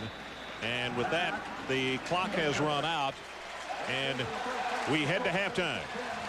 So as we take a break, and it's intermission, it is Tennessee 10 and Auburn nothing. Now with the Buick halftime report, here's Brian Kenny, Kirk Herbstreit, and Rob. Well, we're back with our score 10-0, Tennessee leading. And the conversations here at halftime, Mike Gottfried, have been the play of the Auburn defense and also Deion Grant and the job that he's done. And if memory serves me correctly, when we look at a situation, Tennessee's only scored 3 points in the last 6 quarters offensively against the Auburn defense. That's pretty doggone good. Well, Auburn's defense played very well, but Tennessee's defense has really stepped it up also. Deion Grant has just had a great first half. 3 interceptions. He starts this game off, Ron, with a quick touchdown, which made Auburn play from behind on the first play. Then they tried to throw the fade. He played great center field. And then they tried to throw the slant. Ball tips off the shoulder pad, and Deion Grant picks it off. So Deion Grant has been the man of the hour in the first half for Tennessee's defense. I don't think there's any doubt about that. And you look at the numbers, and there's nothing impressive for either ball club for that matter. 169 and 149. 3 turnovers, Tigers, 3 against the Volunteers as well. Yeah, and you look at this, Ron, 35 yards rushing. That's not what Tennessee wanted in this ball game. Barones to kick it off. Leonard Scott is the deep man. There's Leonard, number 26, for the Tennessee Volunteers. They lead it 10-0. And looking for some offense here in this second half. And this is going to bound into the end zone. So it'll come out to the 20-yard line, and a check on the sideline with Adrian Karsten. Ron, coming out of the Volunteer locker room at the end of the half moments ago, Phil Fulmer claims, all right, we're getting half the job done. The coaches are at least doing their half now. We still have too many players who play the game on this field who aren't, they're good players, but they're not doing a good enough job, especially inside the 15-yard line. You got to have more respect for that football. Secondly, as they were coming out of the locker room, one of the offensive linemen, Ron, said to the rest, you know something, the Auburn defense is better than we are. You can imagine what the reaction was. The place almost erupted. All righty, so the second half, and they have time to atone for what happened in the first half. But this defense of Auburn, as Mike said, you got to give them credit. They have been extremely difficult. T. Martin puts it on a hip, going to run it, and didn't get down quick enough as Kelly comes over and knocks him down after a 3-yard gain. This is no place for the faint of heart when you're playing against this Auburn defense, because Kelly just showed you he's going to take a piece of T. Martin. Going to make him pay for any yardage he picks up. In a power game, Kelly is not going to come out in front. He only weighs 208. But in a speed game, as you saw right there, he can run with most running backs, and in that case, T. Martin, the quarterback for Tennessee. Fakes it to Henry. Lobs it, and just threw that one away, I assume. Cedric Wilson, the closest man to it. Yeah, Cedric Wilson, again, they start off the second half the way they closed the first half. Just doesn't, it's like a typewriter. Some guys are hitting and then other guys aren't. But the struggles they've had in the first half in the running game, they tried to get the ball to Jamal Lewis, and Auburn just stuck right in there. You can see there's no place to run. Alex Lincoln with a play, and then the pass play right here. There's nobody open, and then all of a sudden T. Martin tries to throw it across his body and gets the interception.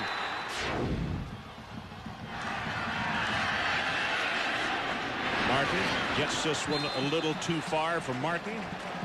And it's going to be punting time, Tennessee. And that's not what you want. Phil Fulmer went into the halftime and he challenged his offensive football team. And then you come out and 3 and out, and then you have to punt the football. He's not only thinking about tonight, he's thinking the rest of the season. He's got Georgia in here next week. He needs a better effort out of this offense. And Auburn should get good field position, Ryan. Leverton waits for the snap back at his 10-yard line. They're coming after him. Gets a kick away. Good hanging spiral. Little turnover. And Cooper all the way back with a back foot on the 30-yard line. Good heavens, does he pay the price. 3 yards downfield. 46 yards in the kick. And Will Bartholomew was there to put a big AU on the side of his headgear. Good hit. Now let's look at the quarterback comparisons in the first half. Both quarterbacks struggled a little bit. The 3 interceptions by Klein, and then also the 2 interceptions by T. Martin. So nobody, I don't think either of these quarterbacks are getting the benefit of a running game to take the defense off their back.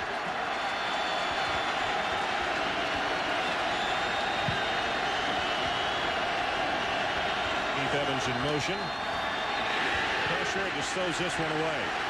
There comes a flag. He's going to be called for grounding. How is he called for grounding here? Rogers Redding, the referee, standing directly behind him, and he waited for a second, looked in the area. Well, Ron, he didn't have any.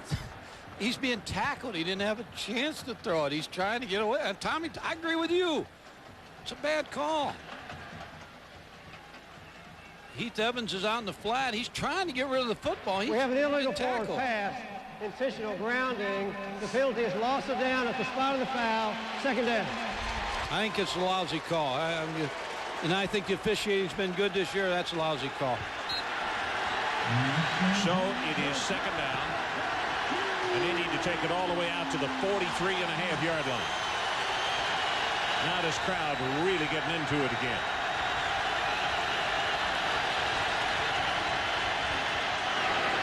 Cooper. Robinson hit behind the line of scrimmage by Thompson. Let's go back to that penalty again, Ron. Here's why I think it's a bad call. Klein's just trying to throw the football. It's just a good defensive play by Sean Ellis. And And that puts you in the hole when you get the loss of the down. That play, the bad call there, really put Auburn in the hole. Well, third down conversions, there are the numbers. 3 of 7 tonight. They got to take it a very long way. No mistakes here, Ron. Just a short pass. Do not turn the ball over or you're in for a track meet. Worthy, the intended receiver, and he just blistered it. Yeah, they're just trying to throw flat passes and hope somebody breaks a tackle. But that's the strategy. Now, we noticed at halftime that maybe Duvall is out of the doghouse because he has come back in to kick. Song's wristbands. Doesn't have them on. No. Got a shirt tail in and a high wobbly spiral. That's going to be fair caught, and a flag comes down at the 47-yard line. Eric Parker. 35 yards in the kick, and Walker was there to hit him immediately. I want to know where those kickers get those hair dyes. They're all. You're looking for that? Yeah. No. I'm going to stay the same, but I wonder why they all have the same hairdos. Same color. We have interference with the opportunity to catch the kick against the kicking team. Violation of the 2-yard halo. 5-yard penalty. First down. Showed us a timeout on the field. 12:44 left in the third quarter. 10-0 Tennessee.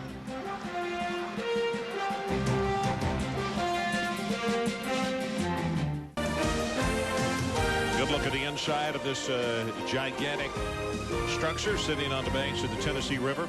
By the way, a fellow who really has a shot at being the National Defensive Player of the week is Deion Grant. He had 7 tackles in the first half to go along with 3 interceptions. You can give it to him right now. He will get it. It's a heck of a ball game, and this one's not close to being over. T. Martin swings it out of the backfield, and Lewis will take it inside the 45. Haven Fields makes the tackle for Auburn as those linebackers have made tackles all over the field. But you can't keep playing defense on your side of the field. Eventually, Tennessee's going to wear them down or hit a pass play and get in the end zone because they're trying to force turnovers to help their offense. Oh, this score could easily be 24-27 to nothing right now. Lewis breaks it open for the first down inside the 35-yard line, and it's Sean Shaw, a sophomore out of Pearson, Georgia, who will make the tackle.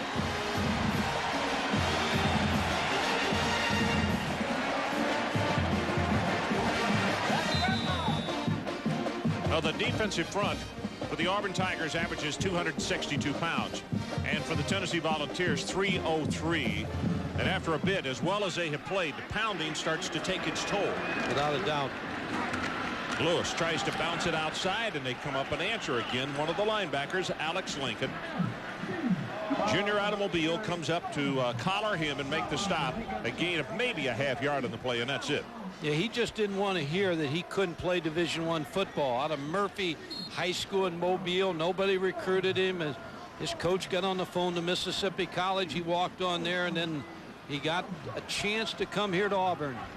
The Choctaws, but he wanted to be a Tiger. About to go under 11 minutes to play in the third quarter. Lewis cuts it back into the middle of the field. Has 5, has 10, still on his feet, and he'll ramble for 14 before he's stopped by Rodney Creighton.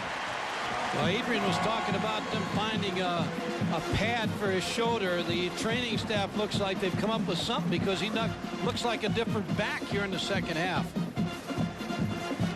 Gets the toss sweep, trying to get outside, gets nice blocking from Philip Crosby, the fullback, cuts it back into the secondary. That's his longest run of the night, and that's where that speed and hot pursuit sometimes gets you in trouble when you over pursue, and the great backs know how to cut it back. But here's where they have their problems. Anytime they start getting around the 20-yard line, they don't seem to be able to solve the Auburn defense. Jimmy Brumbaugh made the tackle, and Jimmy is very slow in getting up as he comes back to the defensive huddle. That's going to be a loss of 1 by Tennessee. There you look at Jim, and he is as good a story as we know in college football as far as perseverance, because He has really been through a lot with his knees and knee surgeries, as Henry comes in replacing Jamal Lewis at tailback. Henry gets a lead block. Nuke does not slip by defensive back Pate. Rob Pate will hit him first, and then some help from Alex Lincoln, and they are thrown for a loss again. Adrian Carson, what do you have for us? Well, Ron, to make your point about Jimmy Brumbaugh, when you're a team that goes through 3 new head coaches in 6 weeks' time, and that's exactly what Auburn has done over the past year, you're looking for a father figure on your defense, and that's exactly what Jimmy Brumbaugh is. They used him as a coach last year. They call him the godfather of this defense. There are players who will look to him after a coach says something just to make sure it's okay with Jimmy, then go in behind closed doors with him, and they'll play as hard as they possibly can for him because he has done the same for them. Well, he's meant a lot to them. There's that screen into the short side of the field. Lewis doesn't need a blocker here. He's inside the 10, and he is down at the 6-yard line. Rob Pate saved a touchdown for Auburn. Great call by Randy Sanders, because he felt that they were going to bring pressure from the short side of the field. So he hits the little screen to Jamal Lewis. He just brings him in. Here comes the pressure right here from the outside. Kenny Kelly, the linebacker, from the outside. They just dump the ball over, get a good block there, and Jamal Lewis does the rest. Reggie Coleman with a nice block. They invited the blitz. Blocked very well. Tennessee with a 1st and goal. They have 2 tight ends in the ball game, Johnson and Finlayson. Lewis head down at the 1-yard line. Check it. It's Travis Henry, the ball carrier. Jeff Dunlap will make the tackle. But Henry very close to taking it into the end zone. The junior out of Frostproof, Florida. Alvin Harper, he probably had something to do with him coming to Tennessee. That's where Alvin Harper played his high school ball before coming to Tennessee and going on to pro football. Very intently looking on Philip Fulmer, the head coach of the Volunteers, as they break the huddle with a 2nd down situation and goal. Henry again in front. Crosby with the block. 3, 2, 1. Touchdown, Volunteers.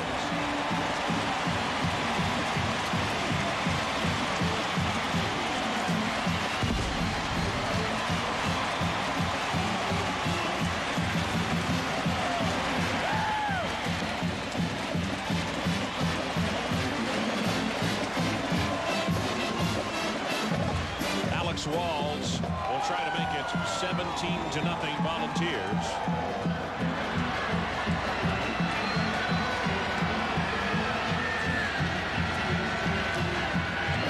Extra point attempt is up, and he's good, so let's take a break. 8:10 remaining 3rd quarter. Our new score, Tennessee 17-0.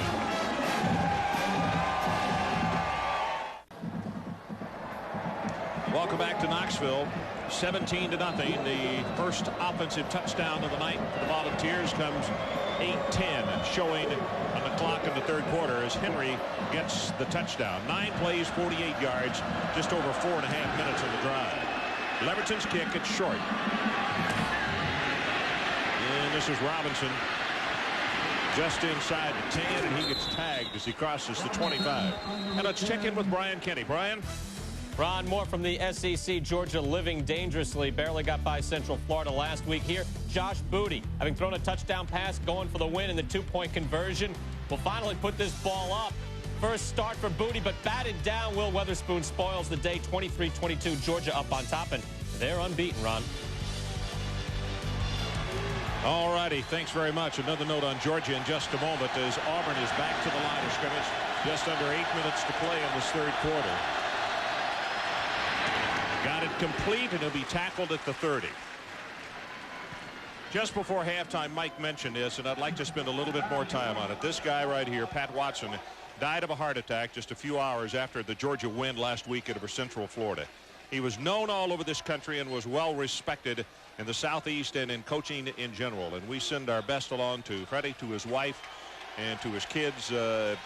He not only was a good football man, he was a gentleman, and he was a good man. Always had a smile on his face, always had a kind word. Easy to like. We will miss Pat Watson. Clifton Robinson takes it strong off left tackle. He'll have the first down plus 7 yards. Now the game plan has to change. When you fall back 17-0, now you got to open it up a little bit more, and Tommy Tuberville will have Jeff Klein throwing downfield a little bit more than he did in the first half. As long as his defense was keeping his team around with a chance to win, the game plan was set, but now it has to open up a little bit more. Rusty Williams is the lone setback this time as they have a first down. Tennessee backs off defensively. You can see the safety go completely out of the picture. That ball is tipped. Markeith Cooper still makes the catch, and he'll get what he can, which is to the 46. Adrian Karsten, what do you have for us? Ron, I have the fact that the best thing Ben Laird, who had a fantastic game against LSU, so far a career game, the best he can do now with his dislocated shoulder is talk to Jeff Klein as he comes back to the bench. What have you done to help him out so far, Ben? Basically just making sure he recognizes what he's seeing, keeping him calm, and letting him know that this game's not over. We've got a lot more opportunities, a lot more chances to get the football, and hopefully we can take advantage of them. What's your outlook? What are they telling you now? What's your update? Right now I'm out pretty much till Georgia or Alabama. They're waiting to see, not out of the woods with surgery yet, but hopefully rehab will keep going and progressing, get better and better, and hopefully be back and be able to return. Hope to see you before the end of the season, Ben. Thank you. Thank you very much. Thanks, Adrian. Thanks, Ben. Best of luck to Mr. Laird. Here comes a late flag, and it looks as though that White is going to be charged with pass interference, which would be a first down for the Auburn Tigers. What a story, Ben Laird. I just think he's one of those success stories. He's going to be a success whatever he does. Against the defense. The penalty is first down at the spot of the foul. First down. There's Ben. As we mentioned, things didn't start off very smoothly for him because he's starting against LSU at home, and I mean probably the identical play. LSU made the intercept on the very first pass he threw. We took it into the end zone, and people were really up and on the young man. It was a very difficult start, so he could have compassion directly for Jeff Klein tonight. He's been through it, but he had the last laugh on LSU because he had a great game against them this year. That's Daniels with the completion. Deion Grant making the tackle as he continues to go toward double figures with tackles tonight. Already also with 3 interceptions for the youngster, the junior out of Augusta, Georgia. Now here's Ron where they have to make some hay right here. Auburn now is in the attack zone where they've got to be able to throw the ball to the end zone.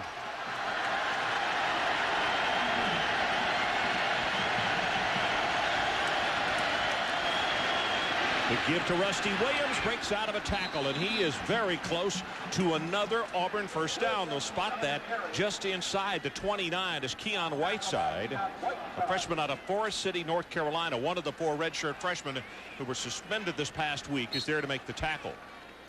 He's glad to be back on the field. So it is second down. At about 1.5 yards for Auburn to pick up the first. We are about to go under 5 minutes left in the third quarter. Tennessee 17-0, and the Tigers are driving. Pitch, and Robinson not much doing as Stevenson comes all the way across to make the tackle. And the quarterback, Klein, got bumped. The pursuit was so great and so quick, and it's a wonder that he got the pitch accurately. Ron, Eric Westmoreland really makes the play, number 42, the linebacker, because he's going to roar up the field, and he's going to take out everything. Here he is, number 42. He just takes out the blockers, and then he sets it up for the Tennessee players to come in and make the tackle. So it's third down. They do not get the first down.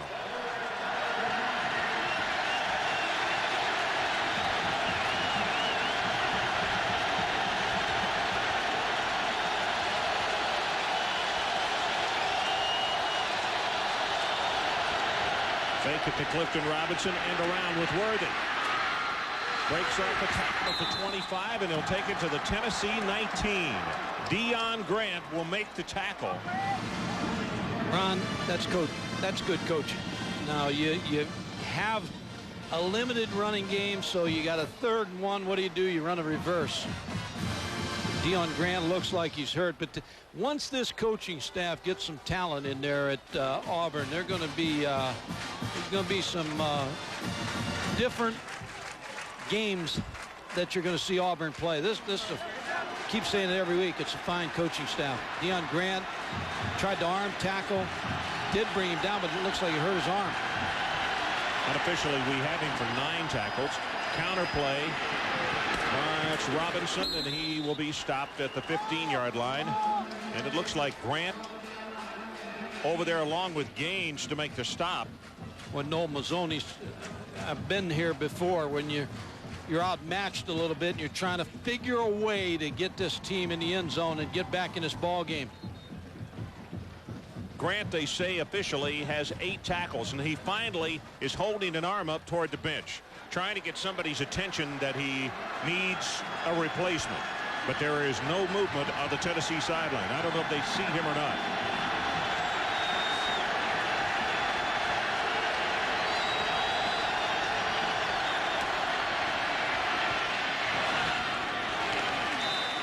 Markeith Cooper was the closest man to that one. The coverage by Fred White, number 2. You keep seeing Deion Grant, and he may have a stinger on because he keeps working his arm. But I don't think he wants to come out. Well, there's the guy who would come in and replace him, Mickey Allen, who's a senior out of Murfreesboro. 3rd down, and they need to take it to the 9.5-yard line to get the first down. They run back into the short side of the field. Clifton Robinson hit by Teddy Gaines and Eric Westmoreland, and there is nothing to it. Once you get restricted in the field and you got a patchwork running game, it's difficult to blow anybody off the line of scrimmage. Teddy Gaines was sitting out there at the corner spot. He turned it in, made the tackle. Going to force the field goal. And it looks like number 16, Baronis, will come out and attempt. He has been ailing. Duvall is the man who missed that. We had the LSU game, so you know Tennessee's going to be looking for a fake, but I think they'll kick this one. 33-yard attempt. Robert Baronis, Jr. out of Goshen, Kentucky. Good pass. Kick is plenty long, and it is off to the left and no good. So the Volunteers are still pitching a shutout with 1:58 showing on the clock in the 3rd quarter.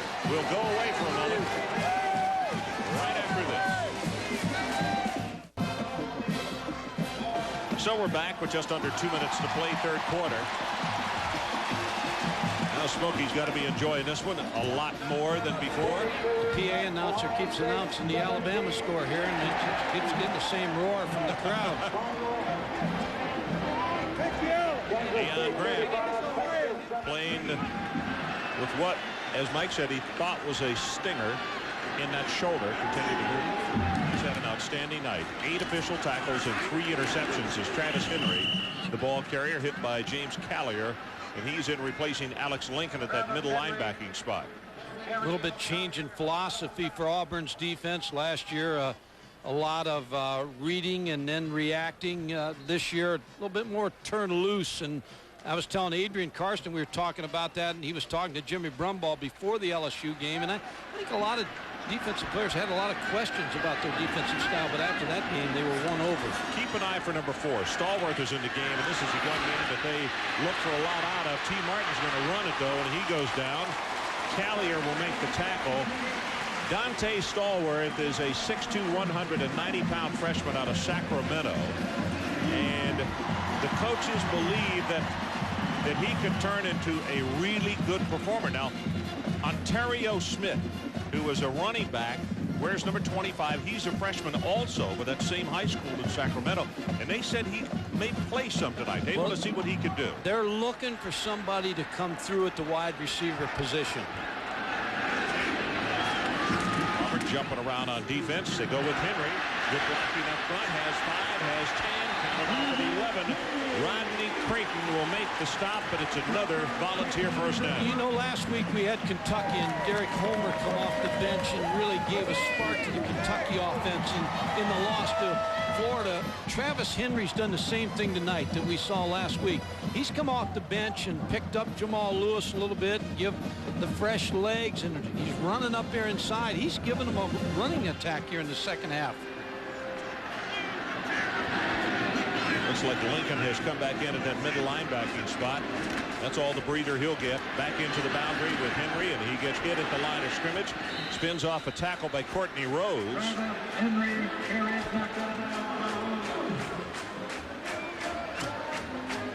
That could be the final play of this third quarter, with Tennessee leading 17-0. The clock is running at 10, now at 9. And that's exactly what will happen. They have just whistled in the play clock. So let's take a timeout as we head to the final 15 minutes. And around 106,000 standing and cheering as their Volunteers lead by 2 touchdowns and a field goal. Back with the final quarter right after this. Some of the happy faithful here of over 100,000 volunteer fans. A lot of people have come up from the prettiest little town down on the plains from Auburn. Their band is here as Deion Grant continues to walk on the sideline, and even with the pain in that shoulder, he manages to smile. 3 interceptions and 8 tackles for him tonight. Why not a smile? T. Martin under pressure, and he's going to be sacked by Carson. First time that they have gotten to him behind the line of scrimmage for a sack. He was sacked 10 times coming into this ball game, and Leonardo Carson, who was a former high school quarterback who's just moving up the charts as a defensive lineman for the pros, number 95, just beats the block of the offensive lineman. But coverage-wise, that made T. Martin hold the ball a little longer for Leonardo Carson to make that tackle. Shaw High School, Mobile, Alabama. Starting to say another product out of Mobile, Alabama, where they produce nothing but players down there. Yep, and you could see the movement there. Josh Tucker almost looked like he was tired and kind of fell out of his stance. That's going to cost him 5 yards. I think if Philip Fulmer got nothing else out of this third quarter to go along out of this fourth quarter. Dead ball foul. False start against the offense. Movement in the offensive line prior to the snap. 5-yard penalty, still third down. Mike, I think if he gets nothing else, I think he would like to see a lessening of errors, because against Florida, help me out, they had 11 first-half penalties in that ball game and still weren't there and had a chance to win it. Bunch of penalties, bunch of sacks, bunch of turnovers against Wyoming, even though they beat them fairly handily. T. Martin tries to run out of harm's way, and he'll have a couple. Lincoln and Haven Fields combining to the stop, and it's time to punt it away for Tennessee. And you just as a head coach, and you stand on the sideline, you know you got this one in pretty good control because Auburn can't score against your defense. But you're playing next week, Georgia. You got Notre Dame coming down the way. You got some pretty good football teams to play yet, and you got to get this offense on track. Leverton with his 4th punt of the night. See if Auburn comes after him. And they've got, well, actually they did come after him. Well, it's a great kick. Going to hit it to 6. And is down at the 1-foot line. 54 yards.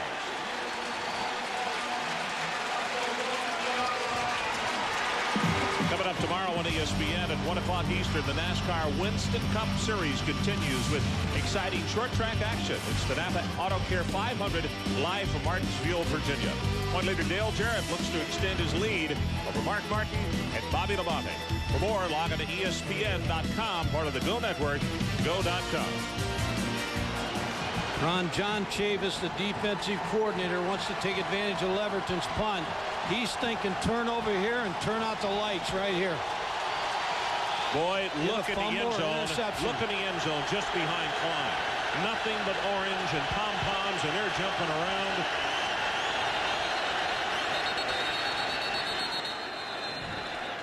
And as a result, there's a flag. And that's a tough thing in this area of the field. You can't have mistakes, but you can't check off either. No way. And if you get caught for holding, it's a safety. This is not a good situation for Auburn. We have dead ball foul. The movement in the offensive line was caused by the defense in the neutral zone. By rule, this is offside on the defense. 5-yard penalty, replay first down.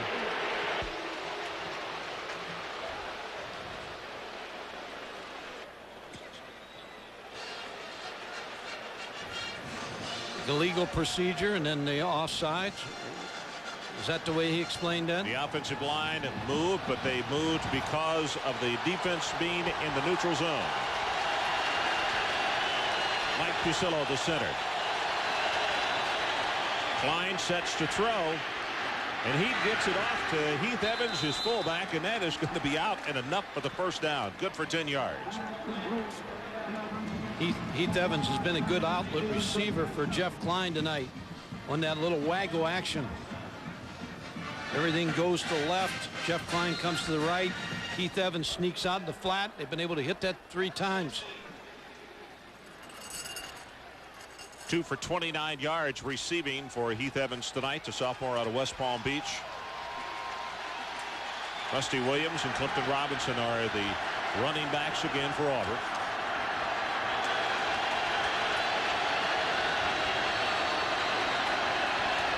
Just barely got it off. Now, little collision there. The Auburn coaches want a pass interference on Teddy Gaines, but there will be none. If this was basketball and those guys were wearing those $1,000 suits over there coaching, he'd have got a technical by now.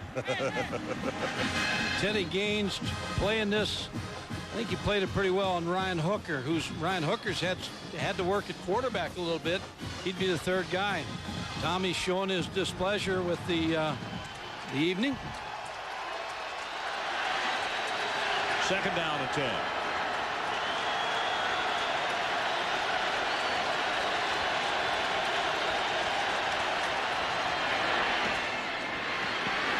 Worthy puts on a nice move and winds up picking up 4 more yards.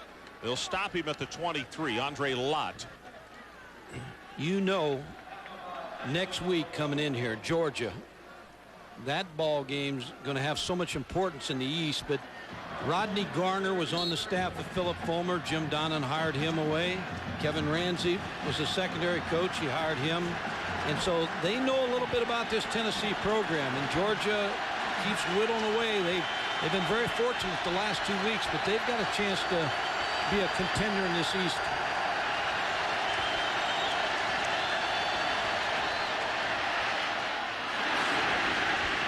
Just off his fingertips. Worthy trying to grab that one in. Mike, let me make another point. I'm sure it didn't hurt Philip Fulmer and the Tennessee staff of the fact that David Cutcliffe, a longtime ball assistant, now the head coach at Ole Miss, who had just played Auburn last week. Oh, without a doubt, because I'm sure there's a lot of phone conversations between Oxford and Knoxville. A lot of passing of faxes. The ball to kick. This is a good driving spiral, not going to turn over. At the 34, that's Parker. And now here comes in a late flag, and we still got some chicken fighting going on there behind the play. 43 on the kick, 7 on the return, and let's see what Rogers Redding and his crew come up with here.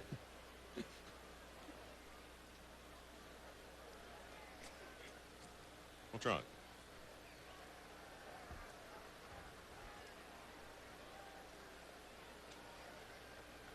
It's going to be on Tennessee, it looks like.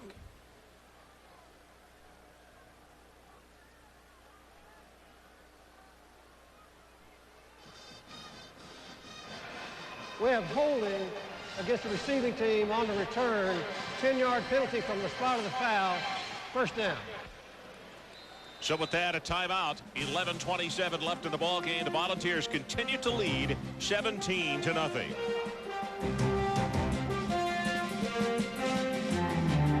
We're back. Ron Franklin, Mike Gottfried, and Adrian Karsten, and glad to have you along from a jam-packed Neyland Stadium on the campus of the University of Tennessee.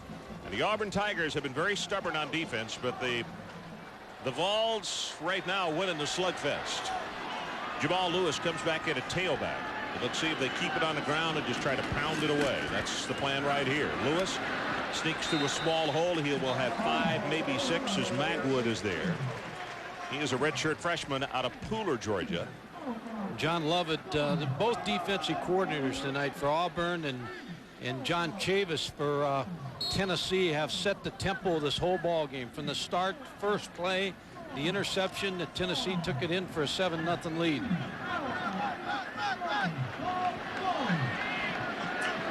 John.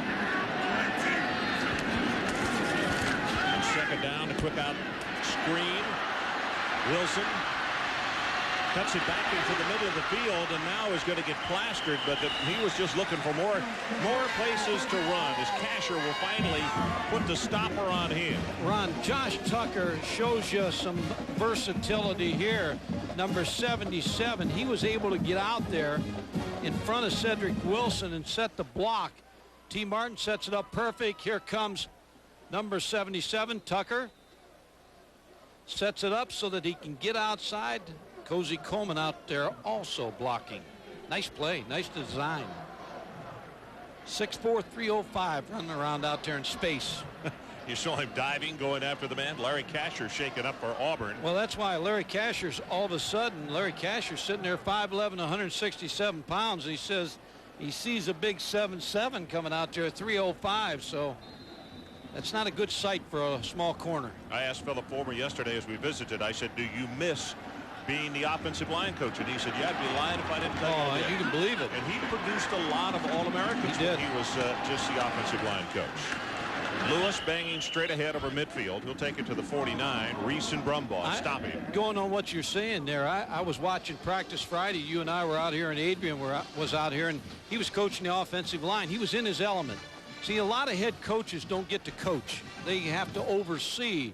And when you come through the ranks as an assistant, you enjoy the relationship with the players and seeing them getting better. All of a sudden, you get the head coaching job. The only time you see the players is when they have a problem. So it's tough, and you like coaching and teaching the individual players. 2nd and 8. Martin sets and zings it away. Has it complete. Look out. Wilson broke the tackle at the 20. Tries to duck under the man at the 11-yard line, and it'll be 1st and 10 Tennessee after a gain of 38 yards. Troon saved a touchdown. Rodney Creighton, I think, had a shot at him. Cedric Wilson just spun out of it, and Adley Trone made the tackle. But Ron, next week, I keep talking about next week, but you can bet one thing: Kevin Ramsey and Jim Donnan are going to know where number 14 is. There's the missed tackle. Cedric Wilson is the offense in the passing game. Tell you what, Troon really closed very quickly on that play. There's the pitch to Lewis, cuts it back inside, and he is down to the 5-yard line. Jimmy Brumbaugh will make the stop on him, and now there's a flag, and let's check it. That came from center field. It might be a holding or a face mask. Yeah, it looks as though that official is holding his wrist.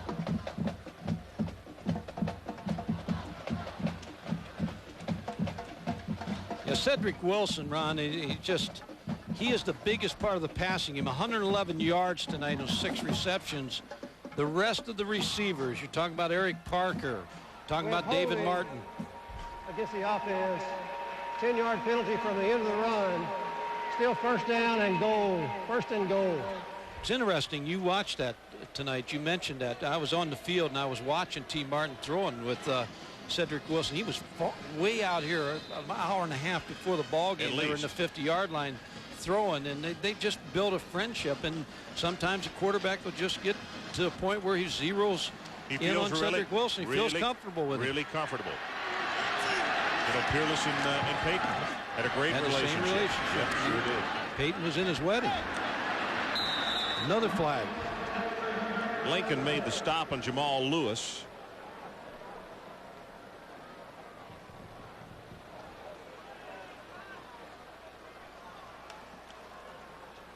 Talking about Peyton, they run out of streets to name around here. I don't know if the next All-American does something. They're going to have to invent a street. We have an illegal block in the back against the offense. 10-yard penalty from the spot of the foul. Still 1st and goal. Well, let's check in now again with Brian Kenny. Brian? Ron, a little baseball for you. Mets with a win against the Pirates this evening could tie up the wild card race. And here in the 6th inning, Robin Ventura puts one off Francisco Cordova. John Olerud scores. Rick Reed makes it hold up. 7-0 the final. Mets win. Brewers over the Reds, and the Astros win. So in this one, Houston leads the Reds by 1, and the Reds and the Mets are all tied up. saw that same highlight of Robin Ventura winning the game last night.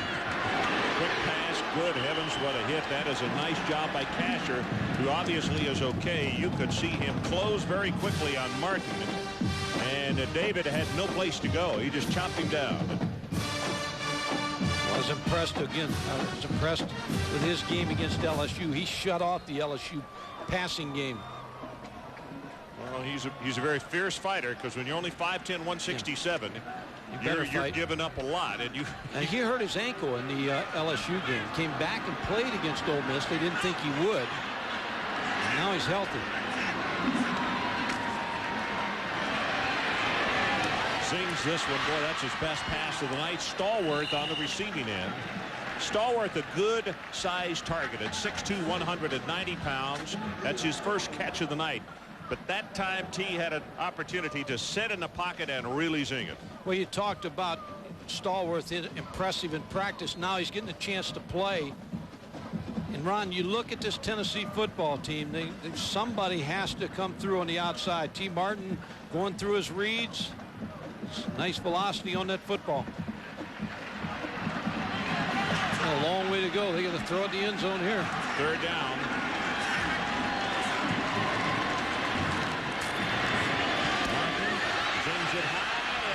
Intercepted by Kelly. Kenny Kelly, the senior linebacker out of Panama City, Florida, gets the deflected pass. And that line of scrimmage inside the 20, he is at 3 times or 4 inside the 20-yard line. That Tennessee has come away with no points. We'll take a break. 7-11 remaining in our ball game, and it remains 17-0 balls. So we're back with just over 7 minutes to play. You look at T. Martin on the sideline, and that one threw into coverage a bit. Larry Kasher. Kasher broke right on the ball, deflected it up in the air for the interception.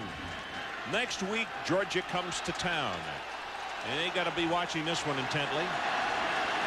And working bright and early tomorrow. Right over the middle, that's incomplete. Intended for Robinson. That's Travaris Robinson. Talked about Larry Kasher from the same neck of the woods that T. Martin's from, down in Mobile. He breaks on the football. Probably sees him a lot in the summertime and causes the interception. So they all know each other. Larry Kasher has to feel good about the defensive performance tonight, but when you lose, takes it all away, goes away. Yeah.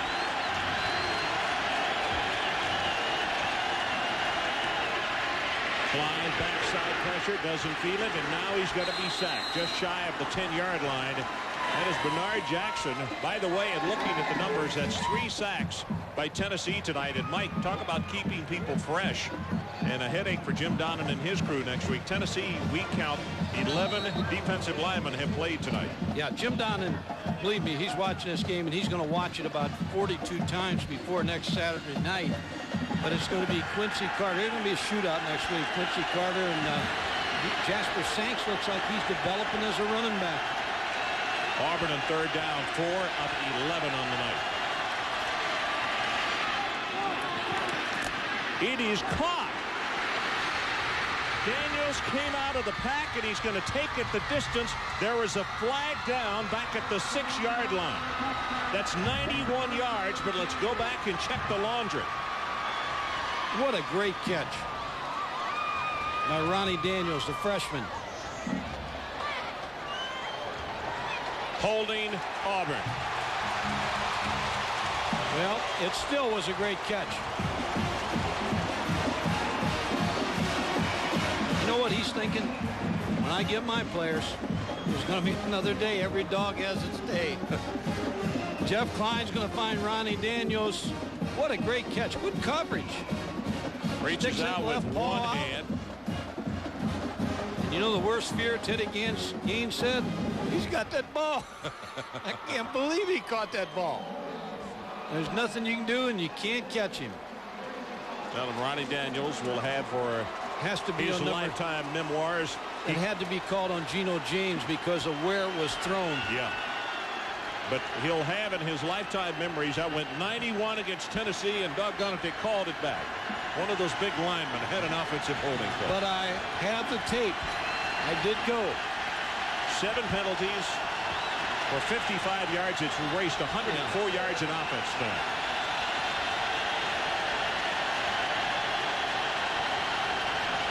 Tennessee showed blitz, and then they come off of it. Better hurry here. The way he throws this one away up into the Tennessee bench. Threw that ball to Smokey. Tennessee going to finish with good field position again. Defense has done it all night. John Chavis. Well, Duvall, who was in the doghouse back in the first half, comes in to kick the second time here in this second half of play.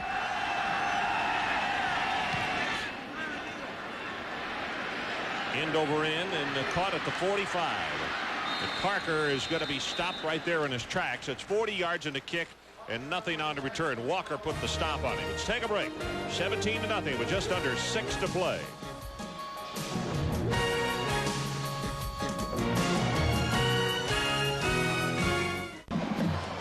.50 left in the ball game. Tennessee has the football again, and I doubt that we will see a lot more throwing unless absolutely need be. You know what I think, though? I think Philip Fulmer would like to close this night out with a score and get a little more confidence again for next week in Georgia, because he's still got an offense that's not hitting on all cylinders. I would not be surprised if they throw the football. This is Henry. Bounces it outside. He will stay in bounds, and he'll have the first down after a gain of 11. Nor would I be surprised if they run the ball.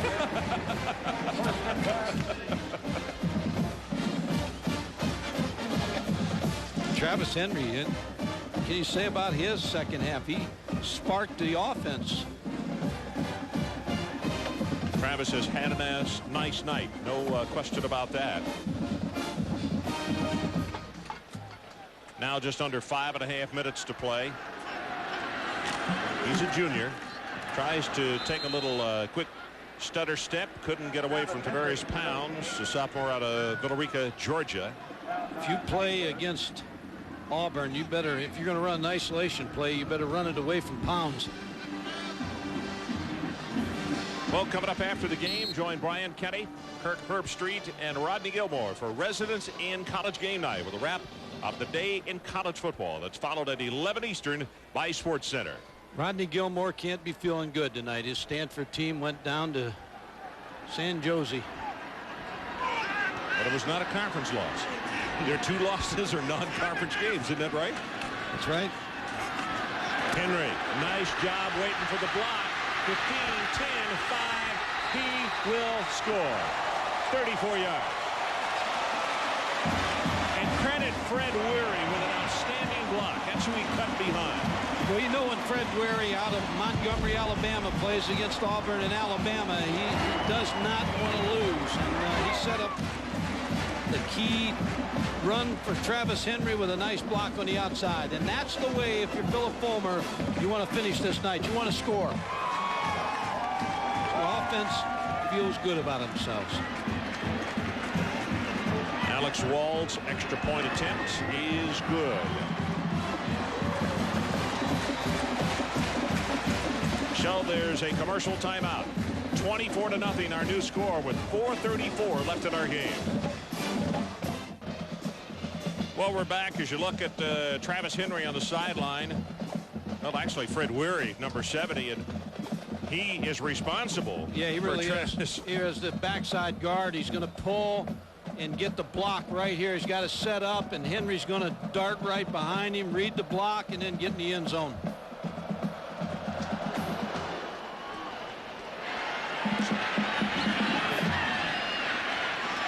Robinson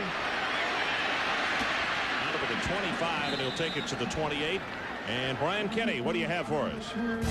Ron, of Texas Tech up on top of Texas A&M 21-19. Randy McCown last gasp for Texas A&M with a minute and change left in this game. Last 5 games have been decided by 7 points or less. This will be the same thing. And Texas Tech getting the win, picked off there to end it. It's now a final. Texas Tech over previously unbeaten A&M. 21-19 is the final. Ron? Brian, what did I tell you earlier? It has been a place that the Aggies are snake-bitten, and I'm pleased for the old cowboy. I'm pleased for Spike. Yeah, people have been on him down there in Lubbock, Texas, and saying that maybe he should resign. Take that. Well, A&M ranked in the top 10, and he gets a win over them, and that is really big. A timeout on the field. We'll take it with him. 4:21 remaining. Be right back. 24-0. Tennessee leads.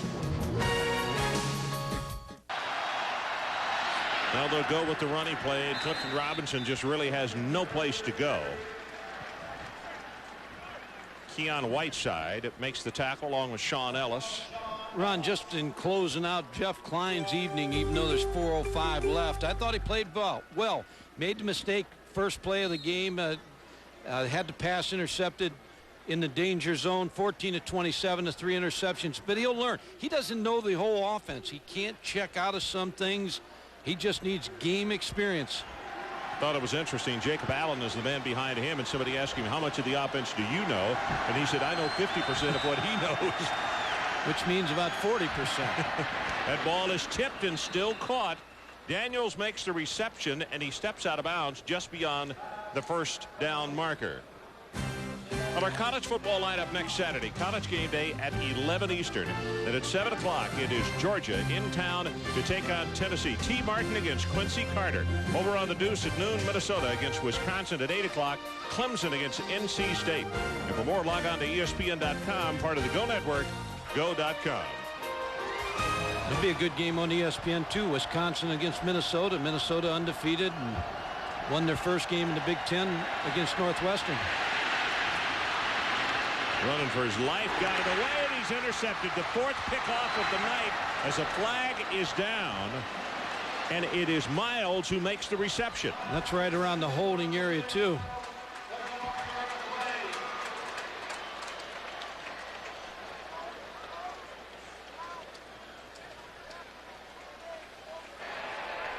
We have holding here.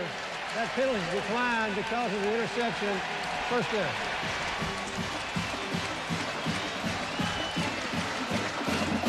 So Grant with 3 interceptions. Now Willie Miles, a sophomore out of Fort Worth, Texas, with 1. And if you're a defensive coach, you got to be pleased with 4 pickoffs in one night. Yeah, good pressure. I don't think Jeff Klein could get enough on the ball.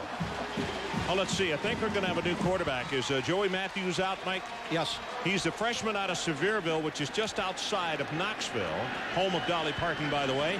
And Ontario Smith, the freshman from Sacramento we told you about, number 25. They get him in the game with 3:21 to play.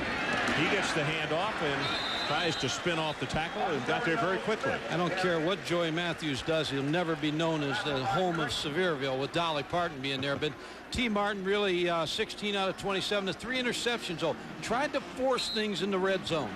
And I think that's when they look at the tape tomorrow. He'll see the mistakes he made in the red zone, thrown across his body. Yeah, the one in particular when it was more than a prayer, and they should have come away with at least 3 points on that one. You're going to win the conference and have a shot at the national title. You got to take advantage of those. There you go. This is the young man we were talking about. Ontario Smith. Well, that's 14 yards on that carry. And he's got afterburners like most people don't have. That's a good first name, Ontario. Ron, when you look at this Tennessee football team, they just keep getting talent. And they've got a lot of good recruiters. Randy Sanders, a good recruiter. Mark Bradley may be one of the best recruiters in the country. Mark's had a lot of hand in a lot of these players here. But Philip Fulmer may be one of the best head coaches at closing the scholarship. He's just an outstanding recruiter. First down to over 2 minutes to play. Here he goes again. And Ontario will take it inside the 15 to the 14-yard line. You get excited for Ontario, don't you? I'll tell you what, he's fun to watch, and I suggest to you this. The best thing that happened tonight to the offense, as far as Jamal Lewis and Travis Henry's concerned, is Ontario Smith, because it's going to make you work a little bit harder. Well, if you Travis Henry's going to make Jamal Lewis work a little harder. 3 carries for 25 yards, and I know it's mop-up time. But the youngster's kind of fun to watch carry the football.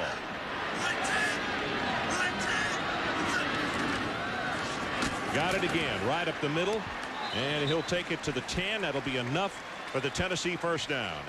Lincoln, who has had an outstanding game tonight, Alex, playing in that middle linebacking spot, records he's got to be close to double figures in tackles.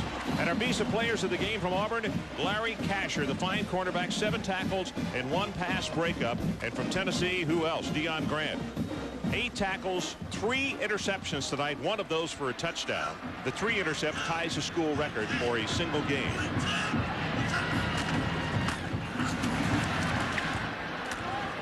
Ontario Smith again. You already gave him the National Defensive Player of the Week. Oh, I didn't give it to him. I just thought it was a decent he's going to have it. He should be.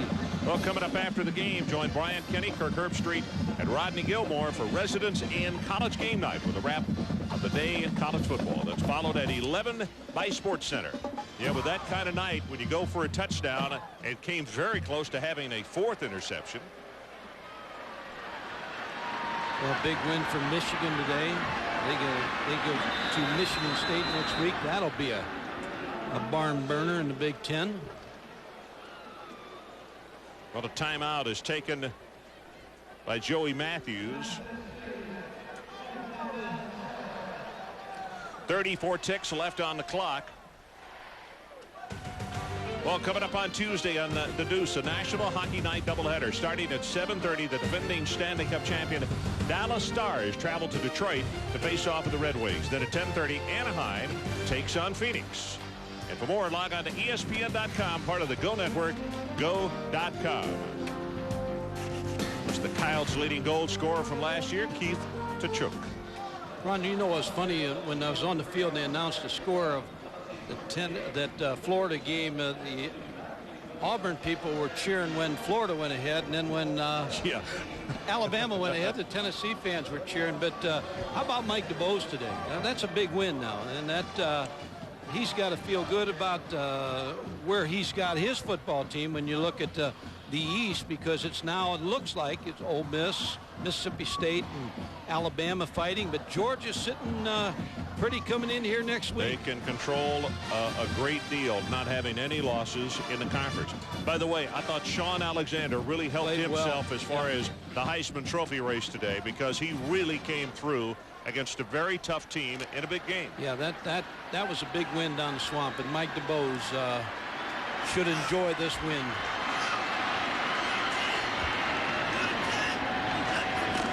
Joey Matthews with the pitch, and it's Ontario Smith, and it's a nice defensive play by Trone.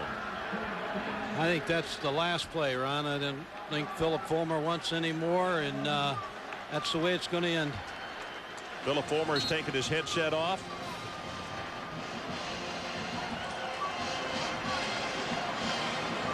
Clock is at 10, now at 9. And the Tennessee Volunteers will win this conference game over the Auburn Tigers tonight and do it in convincing fashion. Final score, Tennessee 24 and Auburn nothing. Coming up next, Residence and Game Night, followed by Sports Center. And join us next week back here in Knoxville as the Georgia Bulldogs are in town to take on Tennessee. For Mike Gottfried and Adrian Karsten, I'm Ron Franklin. This has been a presentation of ESPN, the worldwide leader in sports. For more, log on to ESPN.com, part of the Go Network, go.com. Now, here's Brian Kenny. Brian?